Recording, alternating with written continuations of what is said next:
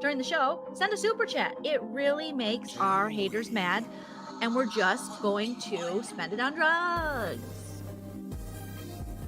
We may have to stop saying that. Tylenol. Yeah, now that people are defaming us, we might have to like.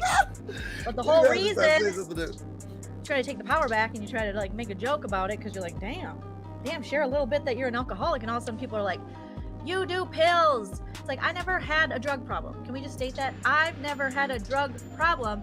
I've never had a drug problem.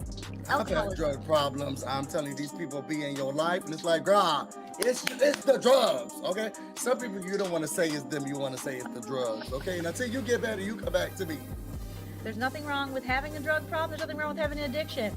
But I am currently getting slandered by someone saying, she's a pill popper. She's a drug addict. You pop up pills. That last time I was there, you took that aspirin. I was like, look at it. Not 50 the milligrams. Aspirin. Okay. Deshaun. I love your name. I think it's Deshaun. Deshaun, I hope I didn't murder your name. Thank you so much for the super chat.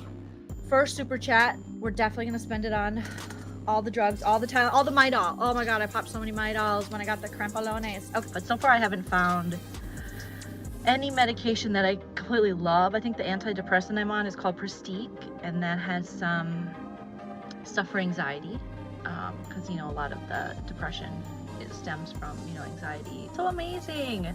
Try Zoloft. I've tried Zoloft. Zoloft was the first antidepressant they put me on, and I was probably 17, 18, and I feel like they just threw me on drugs way too soon, and we're just having a rough time. They put me on Zoloft, and I hated it.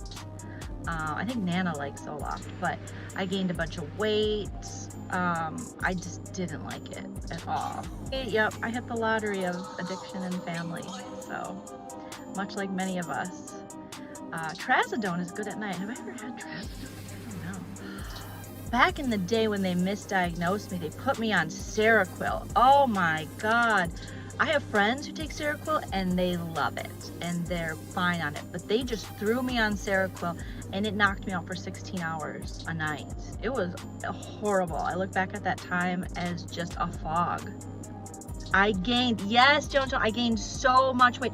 So many of these drugs, I gained so much weight on. Seroquel, and that was one of the main side effects. You will pack on the pounds. And I'm like, oh, so I'm just gonna sleep my life away while getting bigger? I mean, it was insane. That was also the case with, what was the last one I took before Prestique? There was another one that's pretty popular. You guys probably know what it is. It's an antidepressant, and it's known for making you gain weight. And my friends who love it, a lot of them have gained a lot of weight.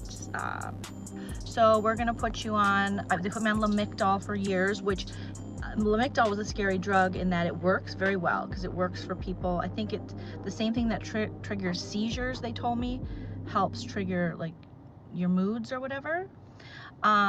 So it was first for seizure patients, I believe. I hope I'm getting that right. And then they found that it works on people with mood disorder. And so they gave me that.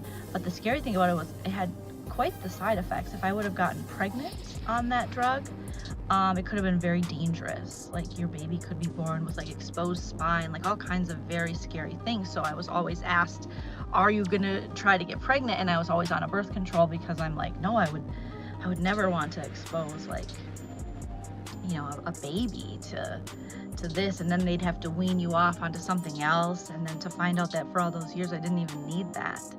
And I just went with it because I was young and I was in my 20s and I didn't know any better. And if a doctor tells you this is what you are and you're looking for some kind of a solution, you don't really know how it works, you just take it and you run with it. So Effexor, oh, I think I have been on Effexor before. Have I been on Effexor? Why does that sound so familiar? That sounds really familiar, Heather. It's like if the drug is right for you, it's right for you. If it's wrong for you, you'll know it's wrong for you. You'll just know it. Yes, before I took Prestique, I might have taken Effexor. There's Lexapro. Oh my gosh, Lexapro. So many people I know are on Lexapro, and many of my friends are like, it's great. It helps me so much with my anxiety and my depression. But I haven't met a person yet that hasn't gained a bunch of weight on Lexapro. I took Lexapro, I put on 20 pounds in like that. And I was like, no, I can do that on my own. I'm very good at gaining weight. I can do that on my own. So, oh yeah, Lexapro. But it's supposed to work. But why does the side effect always have to be gain weight? If I'm already depressed, I don't want to then not be able to fit in my clothes. You know, that's a pretty shitty side effect for people who are already depressed and anxious about stuff. As I drink my healthy Diet Coke. Heather had a horrible experience with Effexor. Is my mom's favorite. It's so crazy. That's the thing. It's like you have to find the right thing for you. And like dear Dana said, reiterating what we were talking about, is just you have to be your own advocate. And if something doesn't feel right, that's not right. And you have to tell the doctors. I don't care. I don't care if this has worked for 1,000 people. It's not working for me. And I need to try something else. And I wish I'd known that when I was younger, that you can question these things because it's your body and it's your mental health. And you can say, I don't think this is right. But I felt like I couldn't for a lot of years. So you got to get a gene test. I don't think I've ever had a gene test. So far though, the Prestique, which you guys are saying is similar to the Effexor, has been pretty good. Let's see, yeah, they pretty much all make you gain. I know that's the bad thing about antidepressants. That was the good thing about Lamictal when they were like, you're bipolar, JK, you're not. Is Lamictal didn't make you gain weight. Lorazepam, yep. That was the generic, I believe, too. Clozapam, that is Klonopin. And fluoxetine. Ooh, you guys got so many fun little drug names. Let me see if I can get a link to the gene test. And I thought, that sounds too fun. So I'm just gonna stay away from Xanax altogether because I feel like I could definitely abuse that for sure. Like any good addict, I'm sure I could find a way.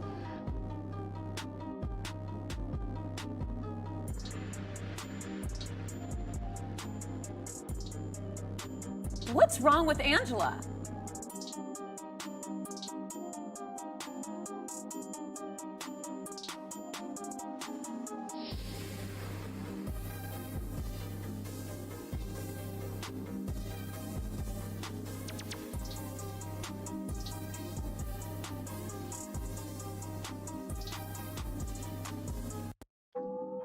Y'all go through the chat, and I want you to locate, point out, pick out all of the people who are black.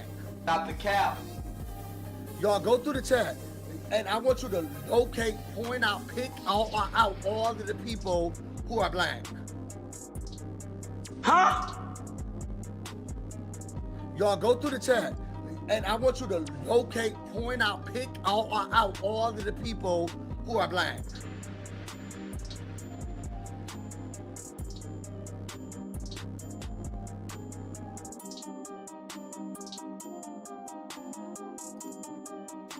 Because that's who we're actually supporting, which is why this is so strange for Kamisha, because she actually does black content. She actually cares about black content creators. But Does she? Not the cap. Does she? Huh?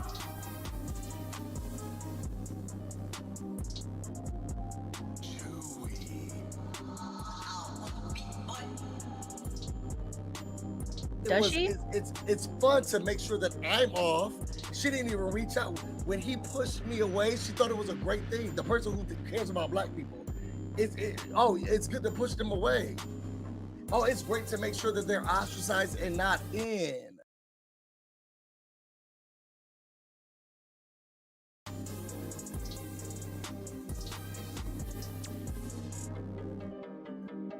But there are black people over on her channel, but then they look at the channel you're a part of.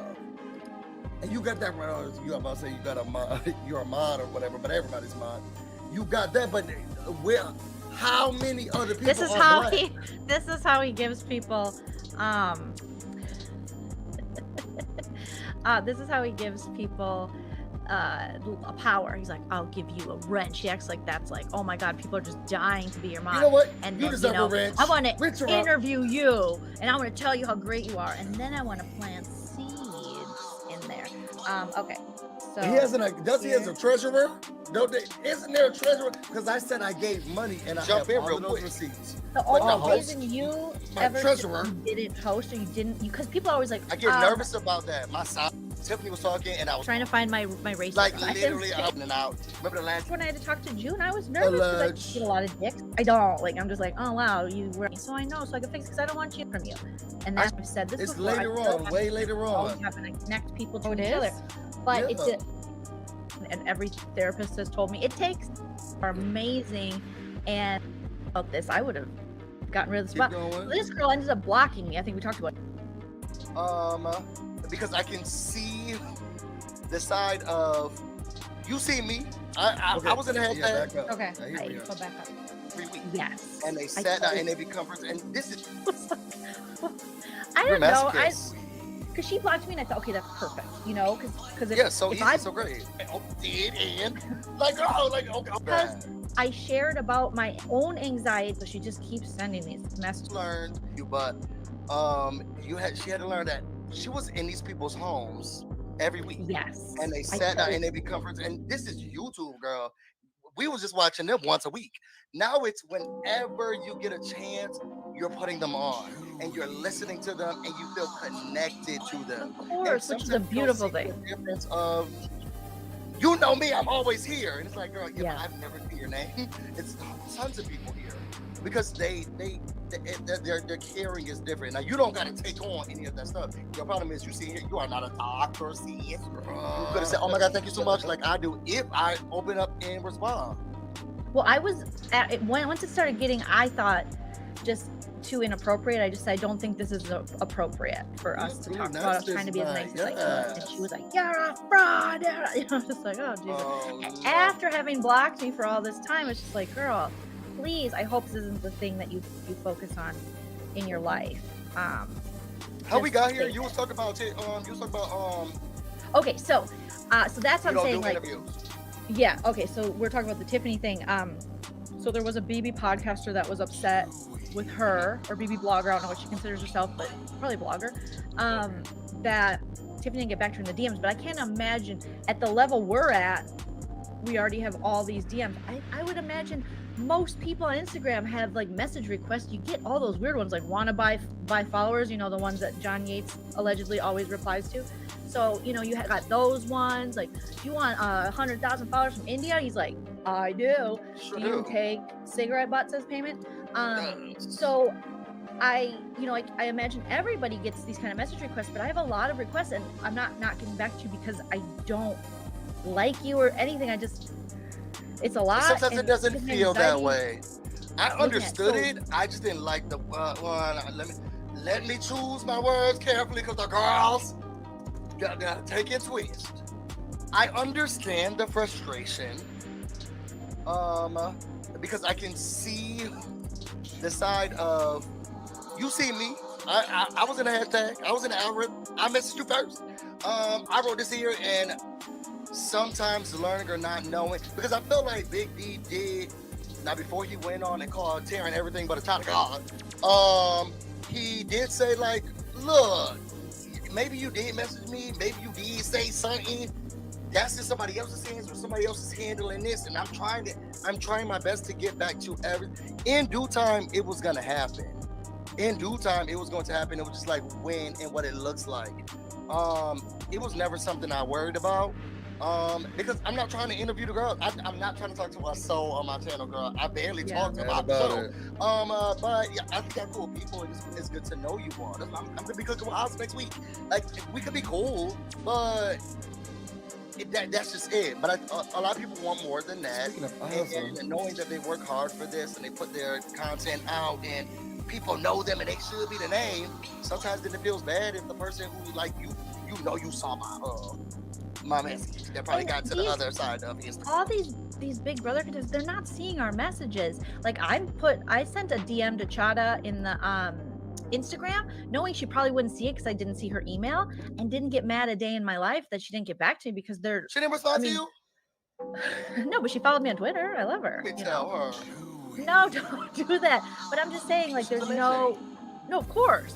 But I'm saying you have to find their emails, whatever they're, and I think that's what Tiffany was trying to say, and that's what even Derek Frazier. So Derek Frazier was on the channel, and he did an interview, and he started talking about Taryn. So they were hating on Taryn. Here's the thing with Taryn from Were they hating on him? Because I think Big D, he had the right to have the right. They would both love it. These hoes said, let me tell you about this man.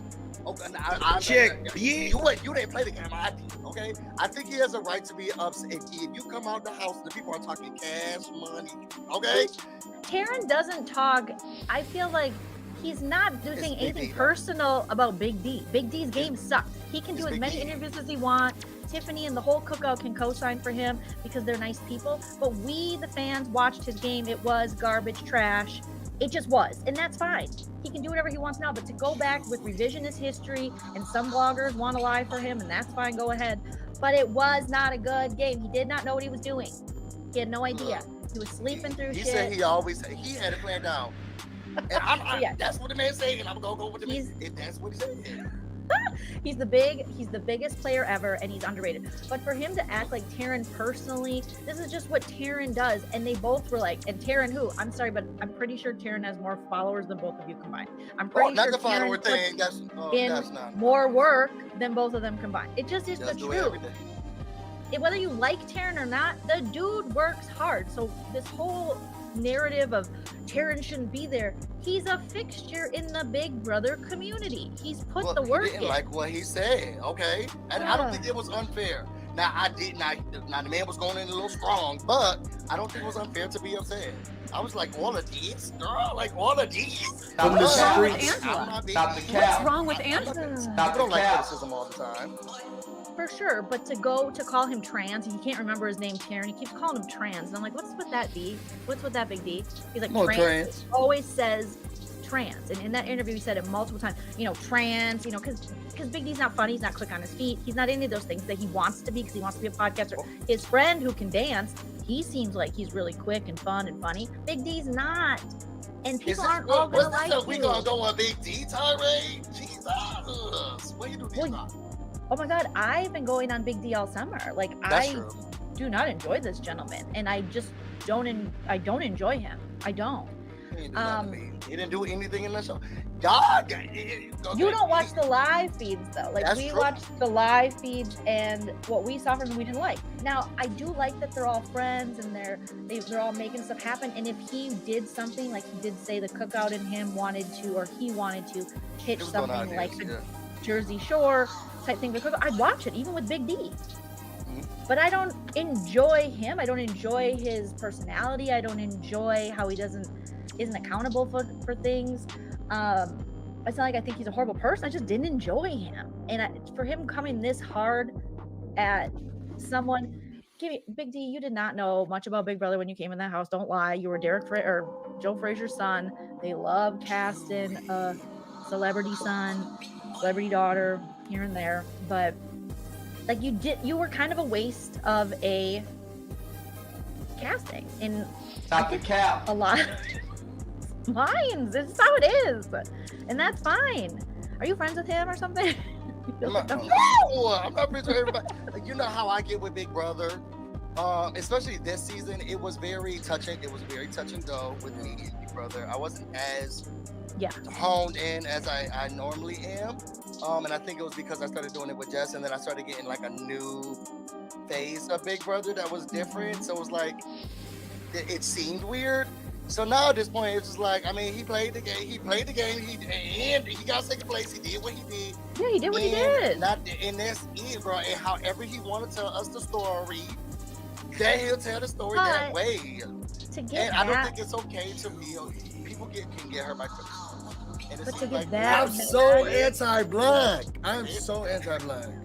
That mad was so ridiculous. And then both of them are kind of trying to roast Taryn. It's like, it's all out of jealousy. You wish Taryn liked you, Big D, and gave you good commentary like he gave Tiffany. And to the bloggers or whatever they are that are very anti-Taryn, they wish they had the number. So that's the racism. That's to the bloggers or whatever they are. Because earlier you can hear me say podcaster, blogger. that's because to them we still akin. don't understand. We do not know. The last time Joleen What? called them a blogger podcast, I still don't even remember which one it YouTuber, was. I'm not. And when you said niche, she said, my stuff's not niche. So it's like, well, we Girls don't got know mad. what you're called. I would never consider, maybe I'm not a you're blogger. now, but I don't know. I would never consider What him is a she blogger. I was always a blogging? YouTuber. I don't know. That's the thing. But this is the racism, you guys. So when he says she won't show you, here it is. Here it is. You want to see it again? Here's the racism that he says. That man was so ridiculous. And then both of them are kind of trying to roast Taryn. It's like, it's all out of jealousy. They were trying to roast Taryn. As much as Kamisha wants revisionist history, she was being like, oh, he's just a sidekick. He's just this, that, and the other thing. Taryn, whether you like him or not, he has his own fan base. Like, and the thing is, people are like, oh, you know, they want to say you're going hard for Taryn. No, I'm going hard for the community. Like, why are you worried about what Taryn gets? He's put in the time, he's put in the work. Like, he's made the relationships. Now you make the relationships and you can do the same thing. That's literally what you can do.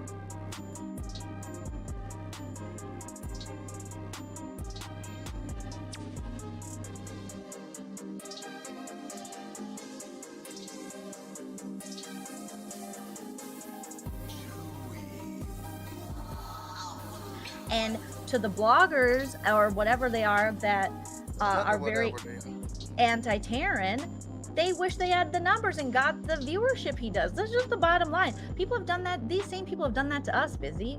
You know, we've been supportive of some of them. And then they're like, oh, Joleen and Busy are this and they're that. And they just make up lies and they just like to start drama. And it's like, well, I wonder why people aren't going on your channel. I wonder why people aren't hitting you back. Stop the cap. It's because they aren't seeing it. Stop the cap. I will be, to be fair, I was there at one point.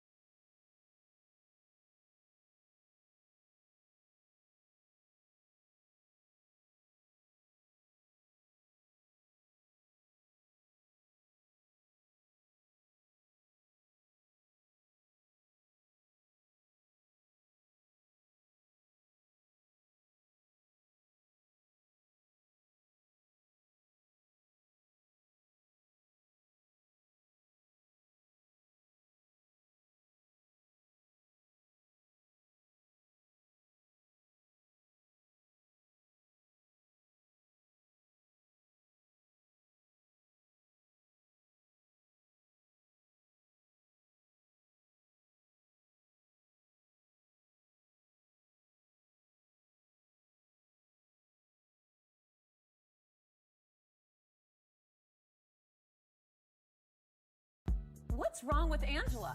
What up? It's the boy King Legend. L's up.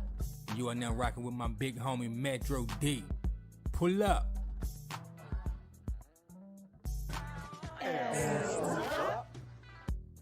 More bars in the jail stint. King who they throwing up the L with. Tried to let you slide, Casey. Now I'm on your helmet. Legend. Boy, I'm back spazzing like your ailments. I'm the wrong one to throw a jab at. You can have that. That ain't even what I'm mad at. Somebody should have told you I could rap. About to go bananas. This shit should give you flashbacks. Already know you can't handle that. Oh, you know some big timers really, where's Manny at? Frontin' like you a big shot, you nobody. My team ball like the fucking Lakers, you globetrotter. Yeah, you thought Shay was on some evil shit. Now you got a date with the devil and we can mingle mix. No love when you DJing at parties, but you should be used to the booze, you alcoholic. Thought you were a real OG till I got the call and now I got a kill OG. This motherfucker thinking that he's still OG. You only had a little fame like MOP. Man, this shit ain't even fair putting him on me. Murder any of your dogs that you sick on me. Plus I'm nice on the court, you should get like me. My shot, your wife, we both hit that 3. Squad took you in, treated you like fam. But you was steady hating, yeah, you and your mans. On your swaggy see shit, tried to run a scam. Now we at a funeral and bitch, it ain't dance. It was go time, about to actually pop off. You saved your own life when that package was dropped off. Like work for me, work the LNC. We only fuck with the real and it's not y'all. Any artist out there want to be an artist and want to stay a star, don't want to have to worry about the executive producer trying to be all in the video, all on the record, dancing. Come to Death Row. Come to Death Row. Come to Death Row. Come to Death Row. Come to Death Row. Come to Death Row. Come to Death Row. Come to Death Row. Come to Death Row. Come to Death Row. Come to Death Row. Come to Death Row. Come to Death Row. Come to Death Row. Come to Death Row. Come to Death Row. Come to Death Row. Come to Death Row. And he was like, yeah, you know, and Joleen would be so stupid to talk about me at 22,000. She's so fucking stupid. He always says I'm so stupid. Thank you. Dead end, bitch. Ain't no exposing me. Put a bounty on that nigga head the day he stole from me. Coulda knocked you off, cause them dead end niggas known for beef. I'm pissed at myself to ever say that nigga roll with me. You got killed on every track we did, bitch, you like 0 and 3. Garbage nigga, dumb retarded nigga. I'm the hardest nigga. You can catch that fade, no barber nigga. I might offer nigga. Shoulda never got me started nigga. If you want a problem nigga, shit that ain't no problem nigga. Let me know, I'm always on go. Cause my dudes will hit you. But no, man's RIPs underneath your picture. Think I'm lying, cause a nigga quiet. Yeah, I move in silence. If I snap, tell them it's a rap. Everybody dying, ain't no cap, ain't no fitted bitch. Legend with it, bitch. Bad boy like Diddy, bitch. I don't dance like Jiggy, bitch. If you really wanna rock, you can come and get it, bitch. Small thing to a giant, you a itty bitty bitch. King. Legend. I am LNC. I am LNC. I am LNC. I am LNC. I am LNC. She belongs to the streets. I'm LNC. I am LNC. I am LNC. I am LNC. I am LNC. I am LNC. I'm LNC. I am LNC. We are LNC. Put Shay in the house. Put Shay in the house. Put Shay in the house. Put Shay in the house. Put Shay in the house. Put Shay in the house. From the streets. Put Shay in the house. Put Shay in the house. And Shay can bite me. Put Shay in the house. I do. And get Shay in that house. Put Shay in the house. Put Shay in the house. Put Shay in the house. What's wrong with Angela? Put Daddy in the house. You heard him. I'm from the streets, bitch. Late night crew. Good afternoon. Happy post-Christmas, Merry Christmas after. I don't know what the fuck.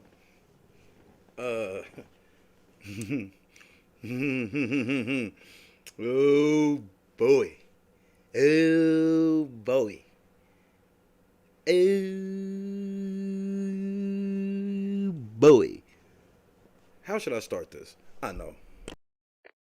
Tactical nuke incoming!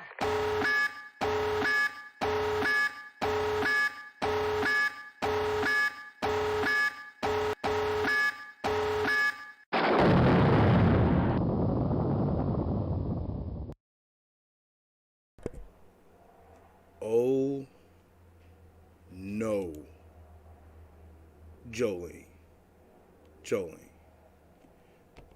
Let me make sure I say it right, so that way you're not thinking I'm being weird.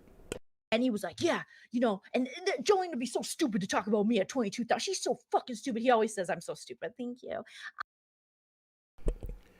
Oh, we have a problem. Yeah, we got a problem.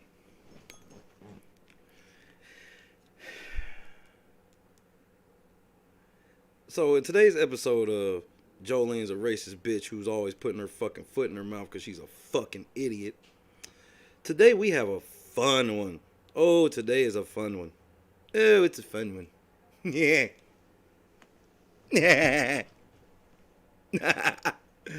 You know who was here last night to insult you perfectly just the way I needed him to insult you? Lunchbox. Put the cookies in the chat, man. Hey, man, shout out to the Cookie Monster, bro. Hey. Shout out to the Cookie Monster, bro. Shit just got real around this motherfucker, bro. Oh, shit. Let's go to it. All right. Oh, boy. Lunchbox.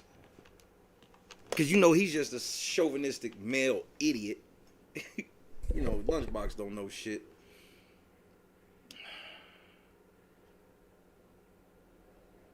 Lunchbox heard something Joleen said and dined me on something that, oh shit. Come on, Miss Joleen. You got come. You got some splaining to do. When I tell you that Joe Biden got these motherfuckers gassed up, bro. Just hold on. Him specifically, to read a F your couch. There. I looked around the room. You wasn't there. And where does he get this? I want to see this receipt that he's saying he has where I told him specifically, to read a book. For the record, Jolene, I don't have to show you shit. Touchdown Chiefs, let's go already. Who got it? Because I'm all over the Chiefs at 4 o'clock. Or 4:25 already. Who got that touchdown, KS? Jolene, why are you... Bro, you don't run shit over here. I've been telling you this from the beginning. I'll show you what I decide to show you, bitch. Yes, Clyde. Yeah, buddy. Let's go. Come on, KS. I need y'all today, bro. That's a good start, bro. I need y'all today, bro.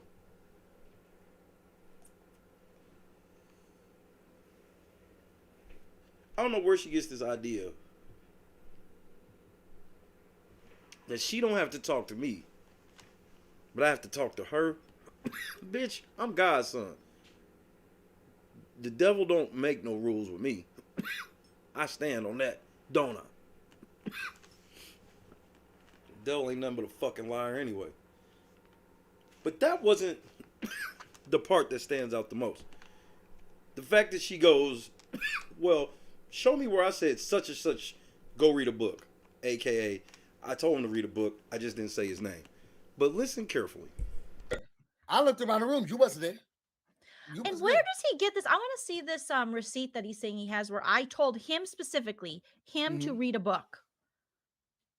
Where specifically did I say his name, read a book? Because that's also been pushed out as... that would be so random. You would never have said anything like that. I mean, I would love for him to read a book. I've definitely said to people, I've definitely pushed White Fragility. I think that's a really good book for people to read.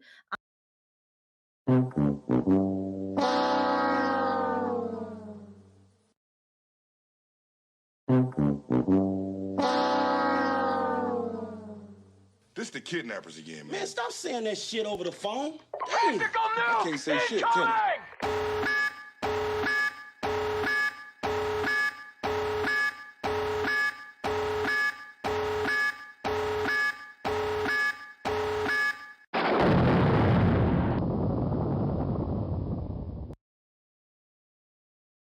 Well, she's doing a masterful job at working at that.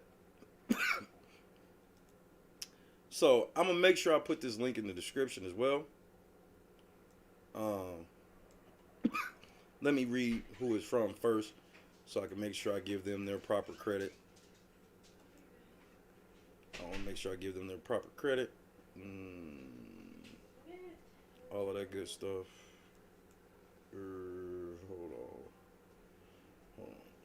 Hold on.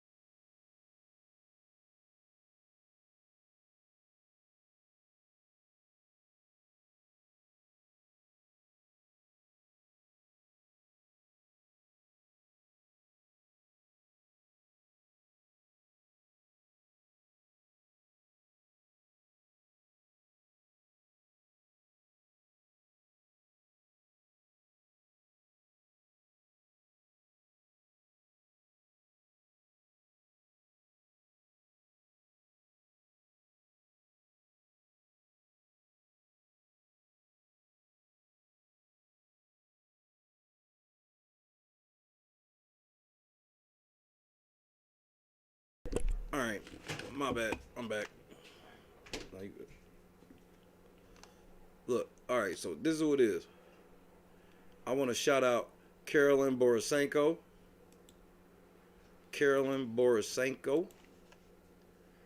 Her channel is Karen Borisenko. And that, hold on, let me type it out. Matter of fact, I'm gonna just share her. I'm gonna share this video. Actually, I'm gonna share the page first, cause I don't trust you motherfuckers. You motherfuckers will go over fucking with her and telling them I told you to do it. So.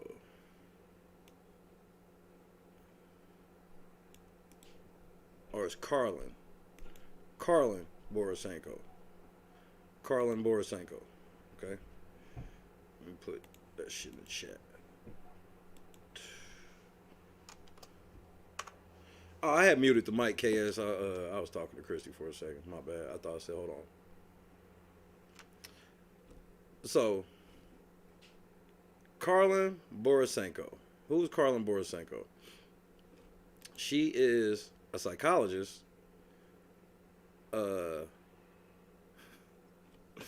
She is a psychologist at oh boy. When I tell you oh boy. Well, let's just get into the video. Because the video, she did a video about White Fragility, the book. Do you want to know what the title of her video is? Oh, man. The title of the video is 20 quotes from White Fragility that proves it's a horribly toxic book and why you should not read it.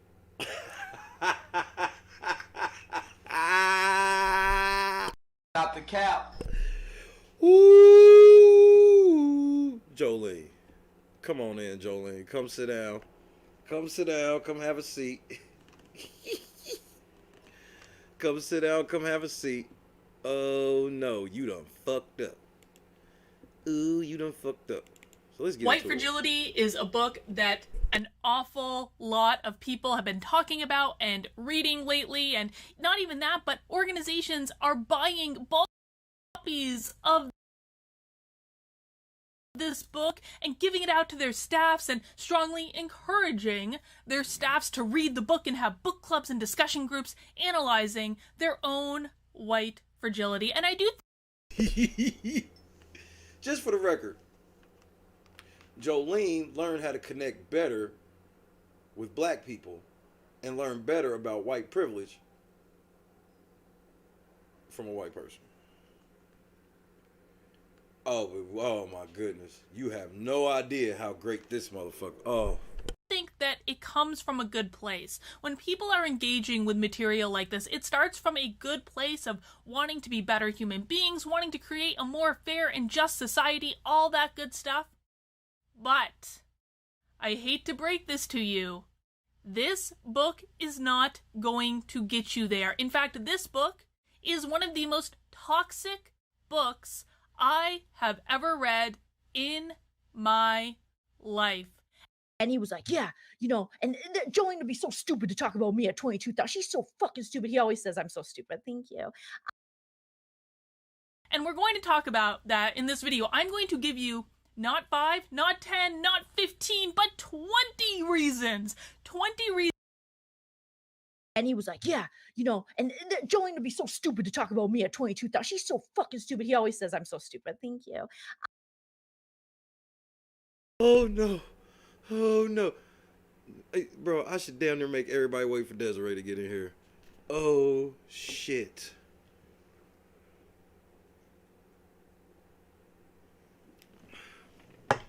When I tell you this shit is going to give you some insight to Joleen like never before, this shit sounded like if you came out and told me Robin DiAngelo was really Joleen Lunzer under a fake name, I'd believe you. This shit crazy.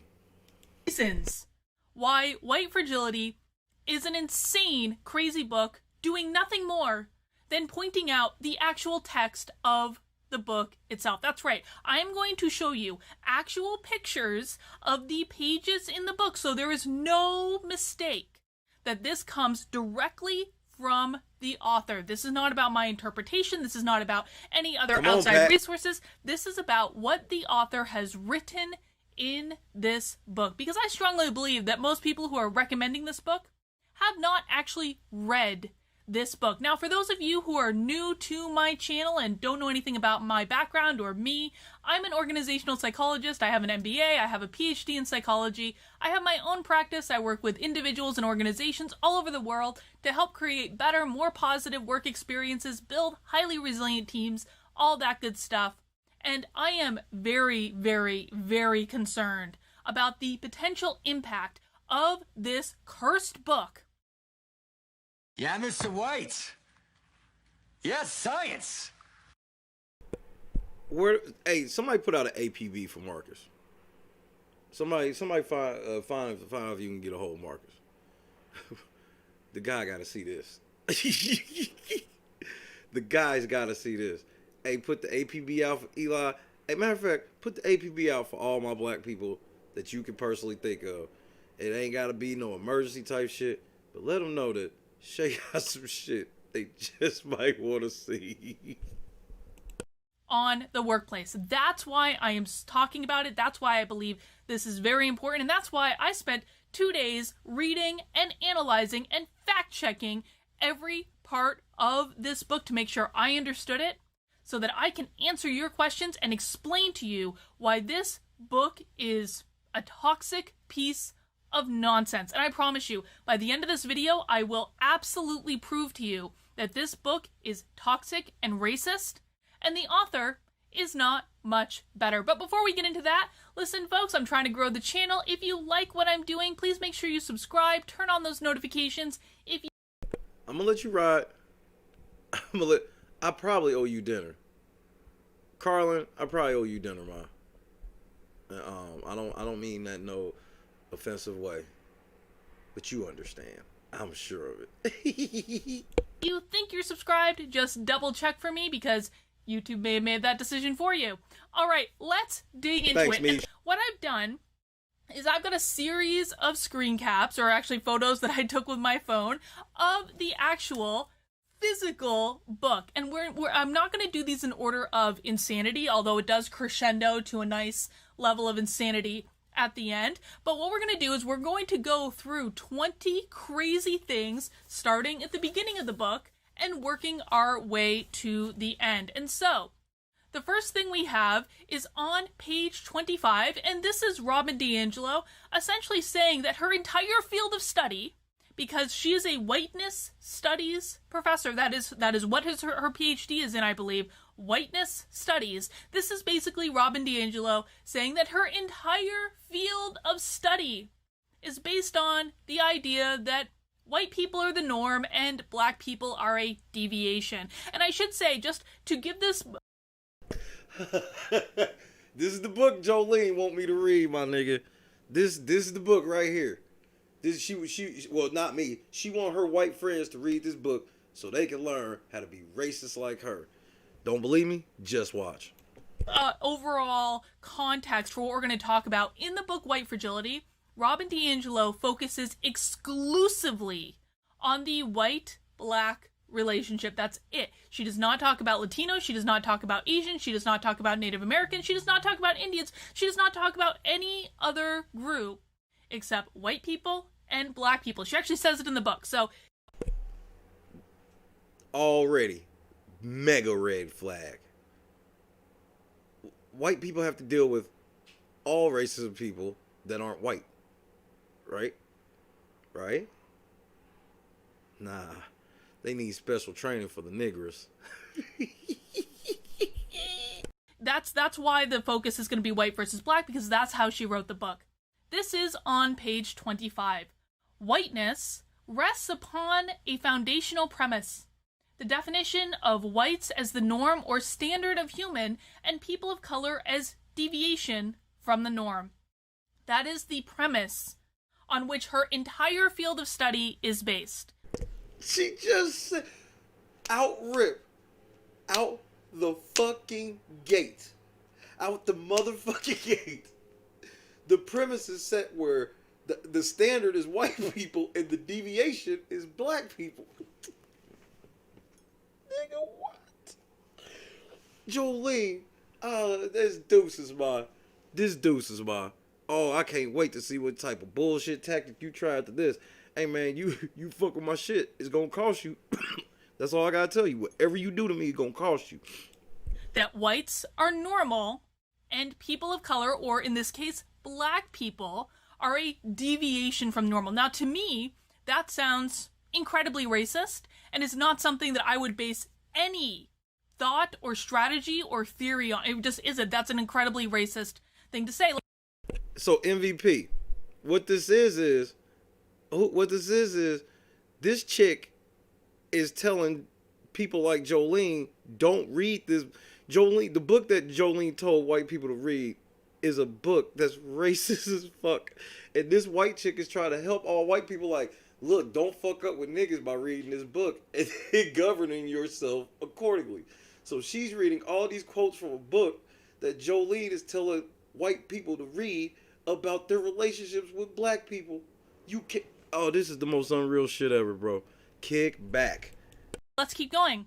This is on page 27, in which she says that Barack Obama supported racism. Although, actually, we'll start at the beginning. Stop the cap. Ruth Frankenberg, a premier white scholar in the field of whiteness studies, describes whiteness as multidimensional. The dimensions include a location of structural advantage, a standpoint from which white people look at themselves, at others, and at society, and a set of cultural practices that are not named or acknowledged. To say that whiteness is a location of structural advantage is to recognize that to be white is to be in a privileged position in society. So you see that? You see how she just read how them woke liberals be motherfucking flipping racism on its head to now it's like, oh yeah, we are privileged whites. Yeah, we are so much better than you guys. That's not what we meant, nigga. And its institutions to be seen as an insider and to be granted the benefit of belonging. This position automatically bestows unearned advantages. Whites control all major institutions of society and sets the policies and practices that others must live by. Again, that's her premise. She has not provided, well, she did provide one footnote, but she didn't actually provide any footnotes for that main premise that she has. Okay, so we're going to talk about the footnotes later, the endnotes rather, but she's not providing any evidence to back that up. And let's just note that.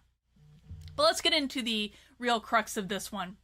Although rare, individual people of color may be inside circles of power. So the whole thing with this ideology is that white people control the systems of power, and that's why all white people are white supremacists. But she's saying, but occasionally a black person will ascend to a position of power, or a person of color.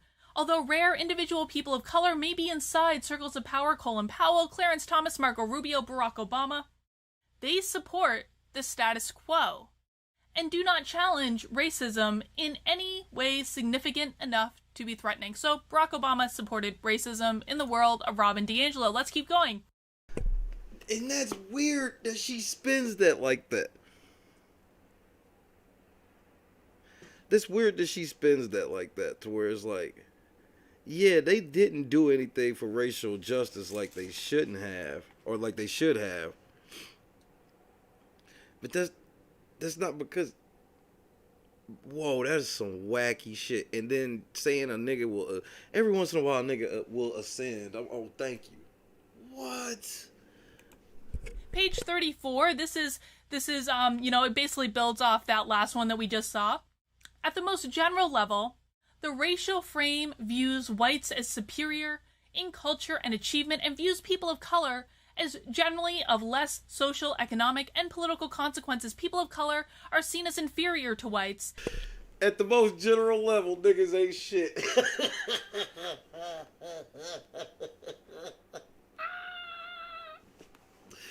If this is the ally. The bitch that wrote this is supposed to be an ally. Joleen's the ally sitting around reading this like, yeah, man, like, I get it. And he was like, yeah, you know, and Joleen would be so stupid to talk about me at 22,000. She's so fucking stupid. He always says I'm so stupid. Thank you. In culture and achievement, and views people of color as generally of less social, economic, and political consequences. People of color are seen as inferior to whites in the making and keeping of the nation. So this plays off of that one we saw in the first one, which is basically saying her entire field of study is based on this idea that whites are perceived as superior and people of color or black people are not. She's just basically hitting home the point there on page 34. Let's keep going. This is page 41, in which she says that Martin Luther King's I Have a Dream speech is being co-opted for racism. One line of King's speech in particular, that one day he might be judged by the content of his character and not the color of his skin, was seized upon by the white public because those words seem to provide a simple and immediate solution to racial tensions. Pretend that we don't see race and racism will end. Colorblindness, which now promoted as a remedy for racism, and white people insisting they don't see race, or if they did, it has no meaning to them. So colorblindness. See, this is that shit that fucking Busy Blue be doing, that this author's doing right now. This shit where she sits around going, yeah, all of these white people are fucking racist, and the only white person you can trust is people like me. And really what it is to get you to not trust the white people you probably should be trusting. Kamisha, this is the book Joleen want people to read about race. And this lady right here, Carlin, she is a psychologist, and she said this is one of the most racist books ever, pretty much.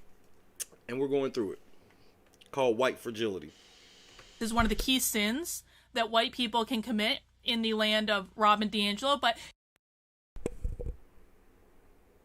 nah, I ain't been on no messages yet, because I'm waiting for a call. I ain't hit nobody yet. I'm waiting to talk to Big D here in a little while. And so that's all I've done. Now, I ain't checked no messages, because this shit, when I got up and seen this, I've been working on this, because this shit is utterly fucking devastating. Utterly devastating. But let me grab my phone. She's changed the definition of colorblindness, because traditionally what colorblindness means is that I'm not going to treat you differently because of your race. That's what I learned growing up. I don't know about you. That's what I learned growing up, that you do not treat people differently because of the color of their skin, and that is traditionally what colorblindness means. Now, people like Robin DiAngelo know that, and so what they've changed the definition to, because they do this all the time, they change definitions of words that are not convenient for them. They've changed the definition to try to gaslight you into believing that colorblindness means that if a black person is standing in front of you, you don't see that they're black. Well, of course you see that they're black. Of course you do. You can't not see that they're black, but it does not mean that you're going to treat them any differently. Let's keep going. This is on page 44, in which Robin DiAngelo assumes that because someone is in a poor neighborhood, it means it must be a black neighborhood. Consider a conversation I had with a white friend. She was telling me about a white couple she knew who had just moved to New Orleans and bought a house for a mere $25,000. Of course, she added immediately. They also had to buy a gun, and Joan is afraid to leave the house. I immediately knew they had bought a home. Oh, hell no. Hold on right quick.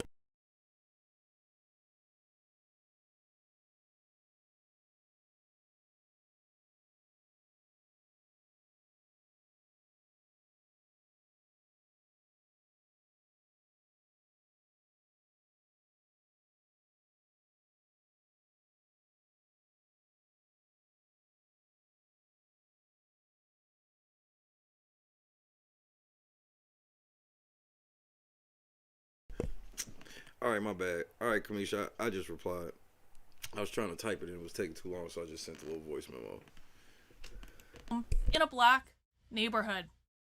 Why is Robin DiAngelo immediately jumping to the idea that it's a black neighborhood? Could it be her own racist tendencies? This is something we're going to see coming up time and time and time again. Listen. Exactly. When she says this is something you'll see coming up time and time again, this is like my shit with Joleen, where it's like, yo, I know you keep trying to say that you're not racist, then why don't you stop doing some of this racist shit?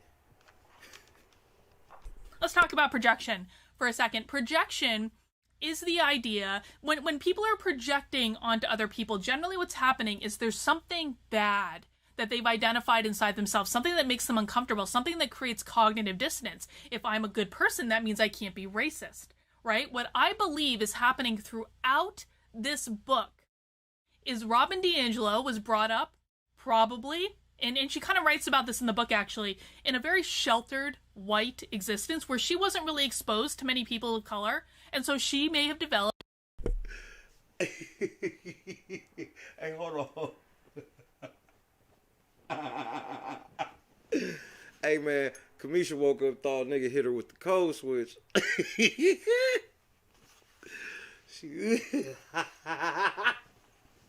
Cause at first when I just saw, I'm like, what? When I saw, I was like, what? And I'm like, oh, nah. I'm just trying to make sure you get your credit. I don't want to put all them different people, them motherfuckers here, Kamisha reviews, and it's like you the one name. I put all these other people's name, and then basically the heart of the subject matter, I don't even put they name. That's why I put you at the very end, where it was like, you know, if you watch the shit, you see the shit, you know it's you. Hey man, shout out to Kamisha reviews. See, I almost got my ass beat this morning. Some racist tendencies, and in this book I believe it is a full confession of her own racism. She has identified in herself through reflection or study or whatever the heck, she has identified these tendencies within herself, that she has racist tendencies, that she has racist inclinations. But when we're projecting onto other people, it's because we're uncomfortable identifying negative things about ourselves. And it is much, much, much easier to project those negative things onto other people, to say, you think this too. And then you attack it in the other person, because it is much easier to attack something in another person than it is to attack it within yourself. So this is an example of Robin DiAngelo projecting her own racism onto other people. And if you don't believe that Robin DiAngelo is a racist yet. Exactly. It's kind of like the pro-black thing, where the pro-black motherfuckers just like, you know, I'm directing the way because I understand and all this shit. And that's how Joleen be carrying herself, like, well, I've been trained through Busy Blue. And it's like, well, who the fuck is that? You know what I mean? This motherfucker said, consider a conversation I had with a white friend. She was telling me about a white couple she knew who had just moved to New Orleans and bought a house for a mere $25,000. Of course, she immediately added, they also had to buy a gun, and Jonah's afraid to leave the house. I immediately knew they had bought a home in a black neighborhood. Nigga, why would you say so? Why would you say that when you the ally? Yeah, I know some niggas. Yeah, they bought a strap. Yeah, some niggas over there. I knew it. This is the ally talking like this. This is, bro, the world's been flipped on his head, bro. Flipped on his head. You're going to by the end of this video, based on her own words. Let's keep going. Page 51, this is where Robin DiAngelo states that she has been racist since the womb. Indeed, the forces of racism were shaping me before I took my first breath. Not the cap. That's right. Joleen want all white people to read a book that says, it's weird when a white person says that all white people are racist. That's like a huge red flag that they're racist.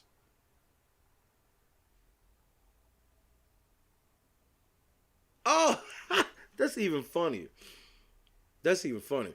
And I respect that like a motherfucker. And that's even funnier. I don't know. It was just CC. It was just, and the funny part about it was, I almost hit send before I put you in it. And I was like, yo, I gotta make sure I put her in this shit. It's about her, you know what I mean? I gotta make sure to show the love, you know what I mean? And so, cause I'm thinking like, if that motherfucker tweet take off or some shit, I feel like shit that motherfucker take off, and you know the video is about you and all this shit. Everybody else is tagged in, all other parties involved, and you wouldn't be tagged in it. That'd be some hater ass shit. So, what I should have did was put a CC colon and then you. But I will next time, so that way I don't have to get pulled up on. She heard her family being racist in the womb. Yes, Angela. this bitch is like all white people are racist in the womb, and I'm like, well, understand that she's just like, well, I grew up racist, so obviously it's not because I'm really racist. It's because that all white people are born racist, and I'm like, why would you say that about your own people? That's the same reason why I'm like, I don't be like wanting to co-sign for motherfuckers like Busy Blue and shit to sit here and say, oh, I can't even get a homeless white man $1 because we so oppressed. And I'm like, bro, what the fuck are you that oppressed you can't give a motherfucker $1? All that college, I guess. She admits it right there. I've been racist since before I even took my first breath. Let's keep going. Page 53. This is where Robin DiAngelo admits that she's nervous around black people. For example, I was invited to the retirement party of a white friend. The party was a potluck picnic held in a public park. As I walked down the slope towards the picnic shelters, I noticed it's the cookout. 2 parties going on side by side. One gathered primarily composed of white people, and the other appeared to be all black people. I experienced a sense of disequilibrium as I approached, and I had to choose which party was my friend's. I felt a mild sense of anxiety as I considered that I might have to enter the all-black group.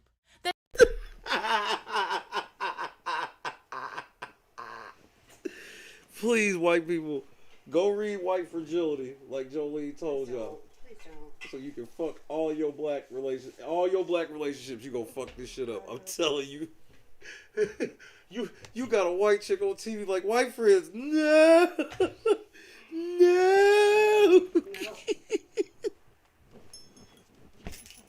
This is the book. We found the book, Angela.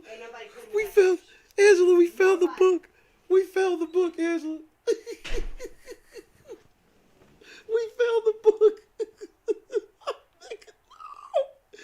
Won't he do it? I told y'all, evil never wins out. Lunchbox shot that arrow from deep.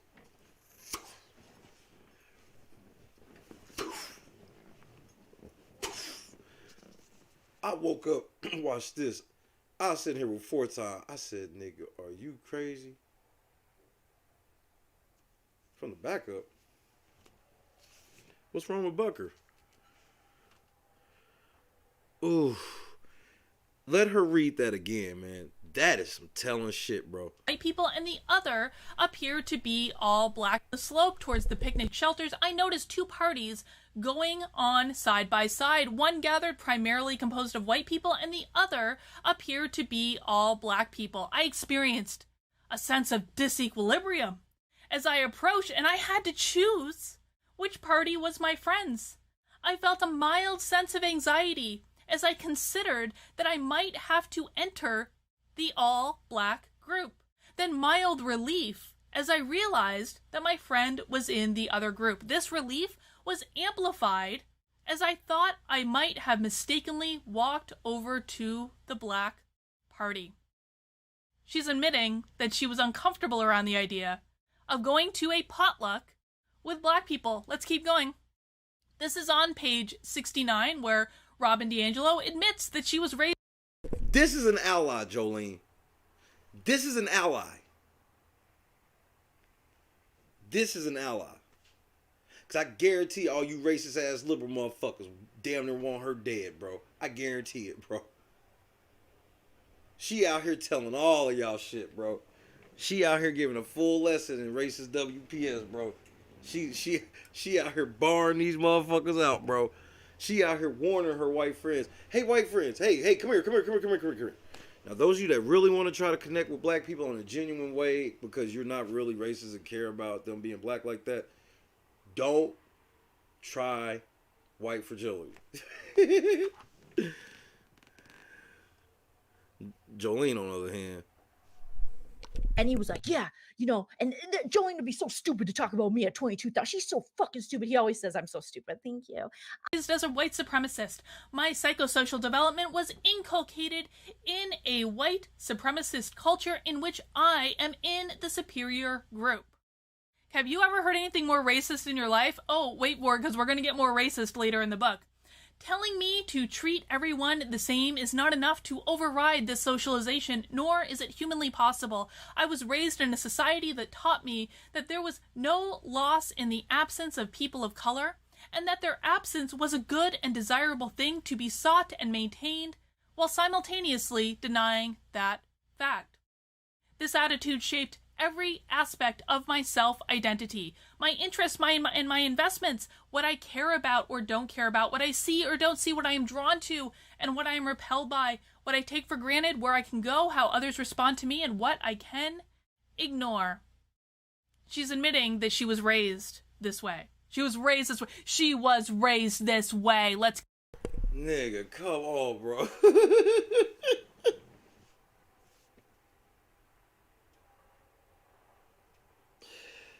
Hey, Joleen. Hey, Joleen. She might not be the most optically attractive woman, but she's sexy to the motherfucker, Joleen. If you don't believe me, if you want to discredit the angry, crazy white black man, if you want to discredit the crazy black man because he's gonna come up with his strap and he smokes all the weed shit, man, what about this bitch, bro? Come on, man. You can't have it all ways. She's trying to help you. I've been trying to help you this whole time. Kamisha tried to help you. I tried to help you. Bro, we got somebody for you. Listen to her. Stop the cap. Keep going. This is on page 80, in which Robin DiAngelo says that she doesn't really believe that white people have black friends. Well, the implication that a racist could not tolerate knowing, working next to, or walking among people of color is rather ridiculous. The sad fact is, many white people have no cross-racial friendships at all. Perhaps this is why we rely on such flimsy evidence to certify ourselves as racism-free. But even those that have cross-racial friendships and use those as evidence of their lack of racism still invoke the binary of racist good and racist bad, not racist good. So she's saying that she doesn't believe that black or white people have black friends, and later... Nigga, Kamisha. It's so racist that this bitch is like, hey, white people, this video ain't even for black people, Kamisha. This video is for other white people. Like, do not read this book thinking this is the way to be conducting yourself with black people, because you gonna get fucked up. And Joleen's out here, please, read Fragility. Joleen, let them know what I said when you told him to read White Fragility. And he was like, yeah, and Joleen would be so stupid to talk about me at 22,000. She's so fucking stupid. He always says I'm so stupid. Thank you. In the book, she actually says that she doesn't believe that black people are capable of authentic friendships with white people. I'm not making this... In the book that Joleen told the white people to read, this bitch said white people are not capable of having, or black people aren't capable of having authentic relationships with white people. Nigga, no. She's saying that she doesn't believe that black or white people have black friends, and later in the book, she actually says that she doesn't believe that black people are capable of authentic friendships with white people. I'm not making this stuff up, man. This woman is a racist. This was why we should not be listening to her. That's right. The white bitch said, Joleen told y'all to read this book. The white psychologist said, this woman is a racist and you should not be reading this book. She told me to read a book, nigga. She says that she doesn't believe that black people are capable of authentic friendships with white people. I'm not making this stuff up, man. This woman is a racist. This was why we should not be listening to her. This is on page 90, where Robin DiAngelo throughout the book makes a lot of assertions about the white mind. She speaks about white people as this mysterious collective that all see the same thing, again, because she's projecting her own baggage onto every other white person out there, okay? She says, however, I believe that in the white mind, black people are the ultimate racial other. Stop the cap. Stop the cap. And he was like, yeah, and Joleen would be so stupid to talk about me at 22,000. She's so fucking stupid. He always says I'm so stupid. Thank you. That's right. I believe that in the white mind, black people are the ultimate racial quote-unquote other, nigga. Nigga, what? Hey, Joleen. No, you didn't fuck with me. And you told everybody to go read this book. I told you, Joleen, I'm not like, I know y'all think, if you want to hide something from a nigga, put it in the book. Well, that's the first place I look. That's the first place I look. And it's so racist that you got white people coming out like, yo, this shit racist as fuck. And we must grapple with this relationship, for it is a foundational aspect of the racial socialization underlying white fragility. Now, of course, you're going to notice here, there's no endnote to this. She's not backing this up with research at all. And most of the research, or excuse me, most of the assertions she makes in her book, there is zero evidence to support it. Zero. And I'm going to prove that at the end of the video, but we're going to keep going. This is on page 95. This is, again, Robin DiAngelo blatantly projecting her own baggage onto us. To put it bluntly, I believe that the white collective, which she provides no evidence to prove, that the white collective fundamentally hates blackness for what it reminds us of, that we are capable and guilty of perpetuating immeasurable harm and that our gains come through the subjugation of others. We have a particular hatred for uppity blacks, those who dare to What's wrong with Angela? Stop the cap. I told you she thought I was uppity. Did I not use that exact word? Did I not use that exact word? Uppity. Uppity. Uppity. That's a real coded word, bro. That's some coded language for your ass. Which she provides no evidence to prove, that the white collective fundamentally hates blackness for what it reminds us of, that we are capable and guilty of perpetuating immeasurable harm and that our gains come through the subjugation of others. We have a particular hatred for uppity blacks, those who dare to step out of their place and look us in the eye as equal. That's Robin DiAngelo is telling us that all these things are true about her. That's what she's doing. That's what this entire book is her projecting her own baggage onto us. This is on page 100. Hold on, I'm about to let Christy hear this part.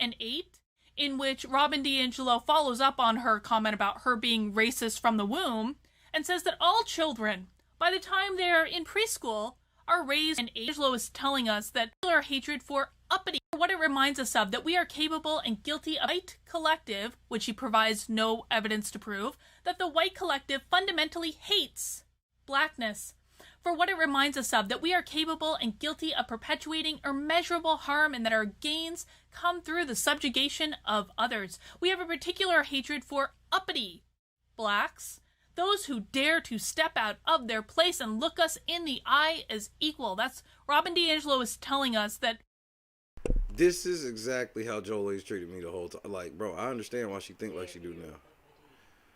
I said it too. I was like, she think I'm uppity. And it's literally in the book she said to read.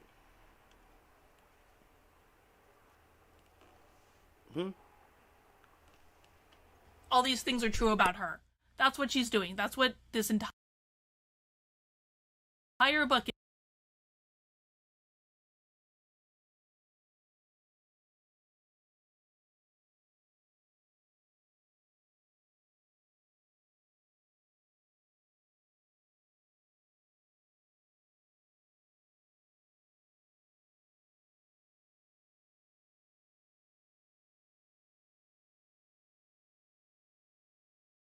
is her projecting her own baggage onto us. This is on page 108, in which Robin DiAngelo follows up on her comment about her being racist from the womb and says that all children, by the time they're in preschool, are raised to be white supremacist.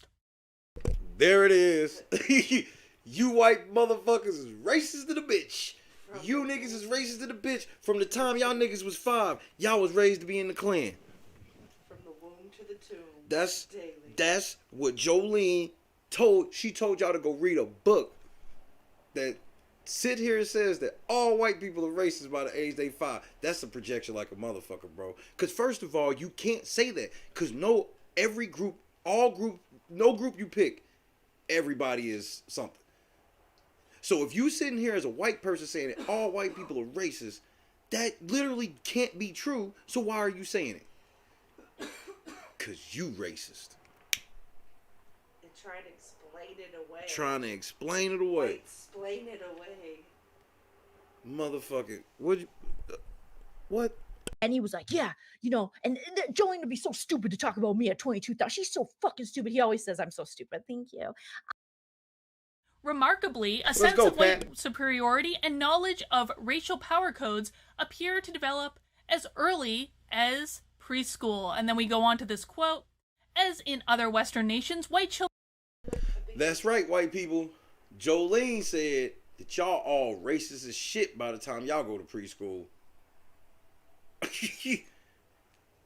and the best part about it is the author of this book and people like Joleen tell you that if you try to tell them that it's not true, then you're a fucking liar. This is why Joleen has made the most racist mistakes ever. Talk about a level of narcissism that, like, no, that is how you feel. I know it to be true. But I don't feel that way. Because I fixed it. You gonna hear the narcissist part when she get to the motherfucking sources. Children are born in the United States inherit the moral predicament of living in a white supremacist society. So if you're white and you have kids, congratulations, you're already raising, no matter how old, little white supremacists. Let's keep going. So white people, is this true? Because understand, if you say it ain't, Jolene's calling you a fucking liar. This is the same tactic Busy Blue do. This is why they're together. They're both fucking race baiters and race traders to their own. And pretend like they bridge the gap. Busy Blue gets on camera and pretends he's so fucking pro-black that he wouldn't give a homeless white man $1. He's so fucking pro-black, he wouldn't give a homeless white man a fucking $1, bro. But then, in the end, he'll team up with a white bitch to lie on a black man and turn him down. So, when you look at action versus words, his actions ain't nowhere near the words of... Because if you that racist towards white people, you wouldn't even give a homeless white man $1, then how can you be on this other spectrum of lying on a black man with a white woman? I mean, because you know she's lying. Because you lying with her and y'all making up stories. Then you get on the flip with Joleen. Oh, no, I'm the ally. I was like, well, why you keep doing all this borderline racist shit as the ally? And then you start realizing, what's her shtick? To wag her finger at white people. The Karen Reacts videos and shit that were awkward as fuck because she wasn't for real. Like, if I did a Karen React with, like, some white people that I fucking know, like, if I did one with Josh Bryant, like, his reaction gonna be way different. She was doing it and she was saying weird shit like, which one of you whites said that? And I'm like, oh, she think that black people be referring to say shit like that.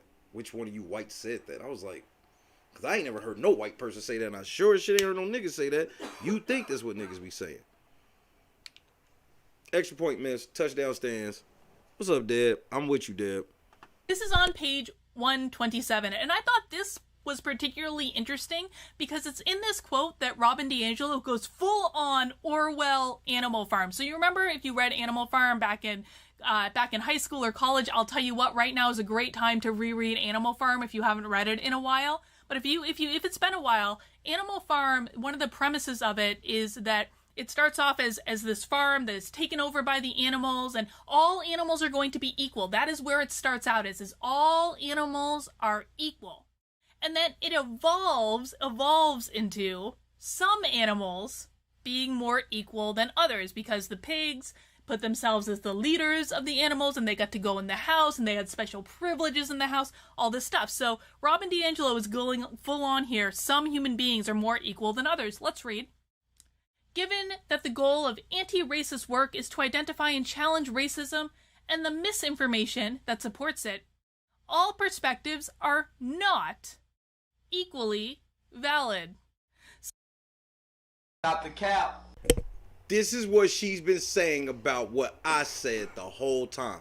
This is why she says shit like, well, he talks shit about the black women because he hates all black women. Me, I just talk shit about the black men just because of random things. That's why I was like, notice how she ain't invite none of the black cookout men. She was like, what do you mean I didn't? Oh, so I didn't invite none of the cookout men. I invited Derek Zhao, the Asian guy. I'm like, and you don't even see the problem with that. Yeah, I don't give a fuck if he was part of cookout or not. I guess it would matter if he was part of cookout, but he really wouldn't be a part of cookout just because he's the Asian dude. She's literally like, well, okay, I gave you an Asian, close enough. Like, yeah, I didn't invite one of the black guys, but I invited one of the Asian guys, so obviously I'm not racist. It's like she uses all these other fucking groups of people to excuse the fact of why. Like when I'll be like, bro, I literally was like, you don't support no black men. I'm gonna grab some more when I go to get the food. So I drank. I just can't wait. That's my second one. Cause I don't have no Pepsi until I go to the store to get the food. And she wanted to she wants to control all these fucking narratives while sitting here telling me she don't even get that it's racist to be like, hey, black people, let me tell you how I think that this should work, because she thinks that she gets to hide behind the guise of Busy Blue, because she would not be as brazen with a lot of shit she says if Busy Blue wasn't vouching. Some are rooted in racist ideology and need to be uncovered and challenged. She's literally saying, all people are equal, but some people are more equal than others. All perspectives are equal, but some perspectives are more equal than others. And can we guess, based on what we already know about her, which perspectives are going to be equal? Let's keep going. This is on page 132, and this is just stupid. This, as a psychologist, I actually took particular offense to this one. Many of us see emotions as naturally occurring, but emotions are political. What the fuck does that mean? What the hell does that mean? They're all emotions are political. What am I missing? What is it that I'm missing? How the fuck are emotions political? And we're not going to go into the reason she claims they're political, because that is stupid. That's actually stupidity. Listen, the way our brain is developed, and I'll just give you the real short answer to this. The way our brain has developed is our number one decision maker is our survival mechanism. Things related to food, survival, sex, we will make decisions based on that primarily. If food, survival, or sex is not a factor, the next thing that we are going to make decisions on are our emotions. Do we feel good? Do we feel bad? Do we think the thing that we're deciding on is going to make us feel good, or it is going to make us feel bad? Emotions are central. Emotions are our primary decision maker. To say that emotions are not natural, but are political, that is the most absurd thing I've ever heard in my life. Let's keep going. This is on page 134, in which Robin DiAngelo compares white women crying around black people to EMTs arriving at the scene of a car accident and leaving someone to bleed out in the street. I'm not joking. Let's read.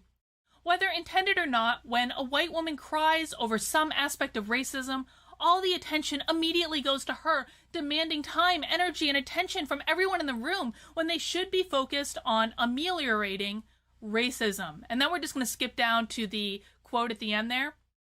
Imagine first responders at the scene of an accident rushing to comfort the person whose car struck a pedestrian while the pedestrian lies bleeding in the street. Literally comparing white women crying to letting someone die in the middle of a street. Let's keep... That's right. That's right. You can't make this shit up. I mean, you cannot make this shit up. Oops. I want to hear myself. Hold on. I gotta get Deb up here.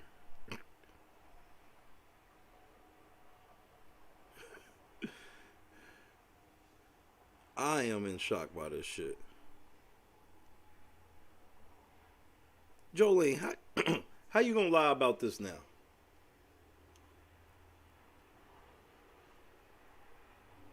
Because I know how you do. You getting ready to lie like a motherfucker, and I can't wait to hear it. Keep going. This is on page 137, and this is kind of a continuation of what we saw then. Basically, she's saying that if men come to help women when they're upset about something, then it's just a symbol of them being part of the patriarchy. And so first she takes on white men.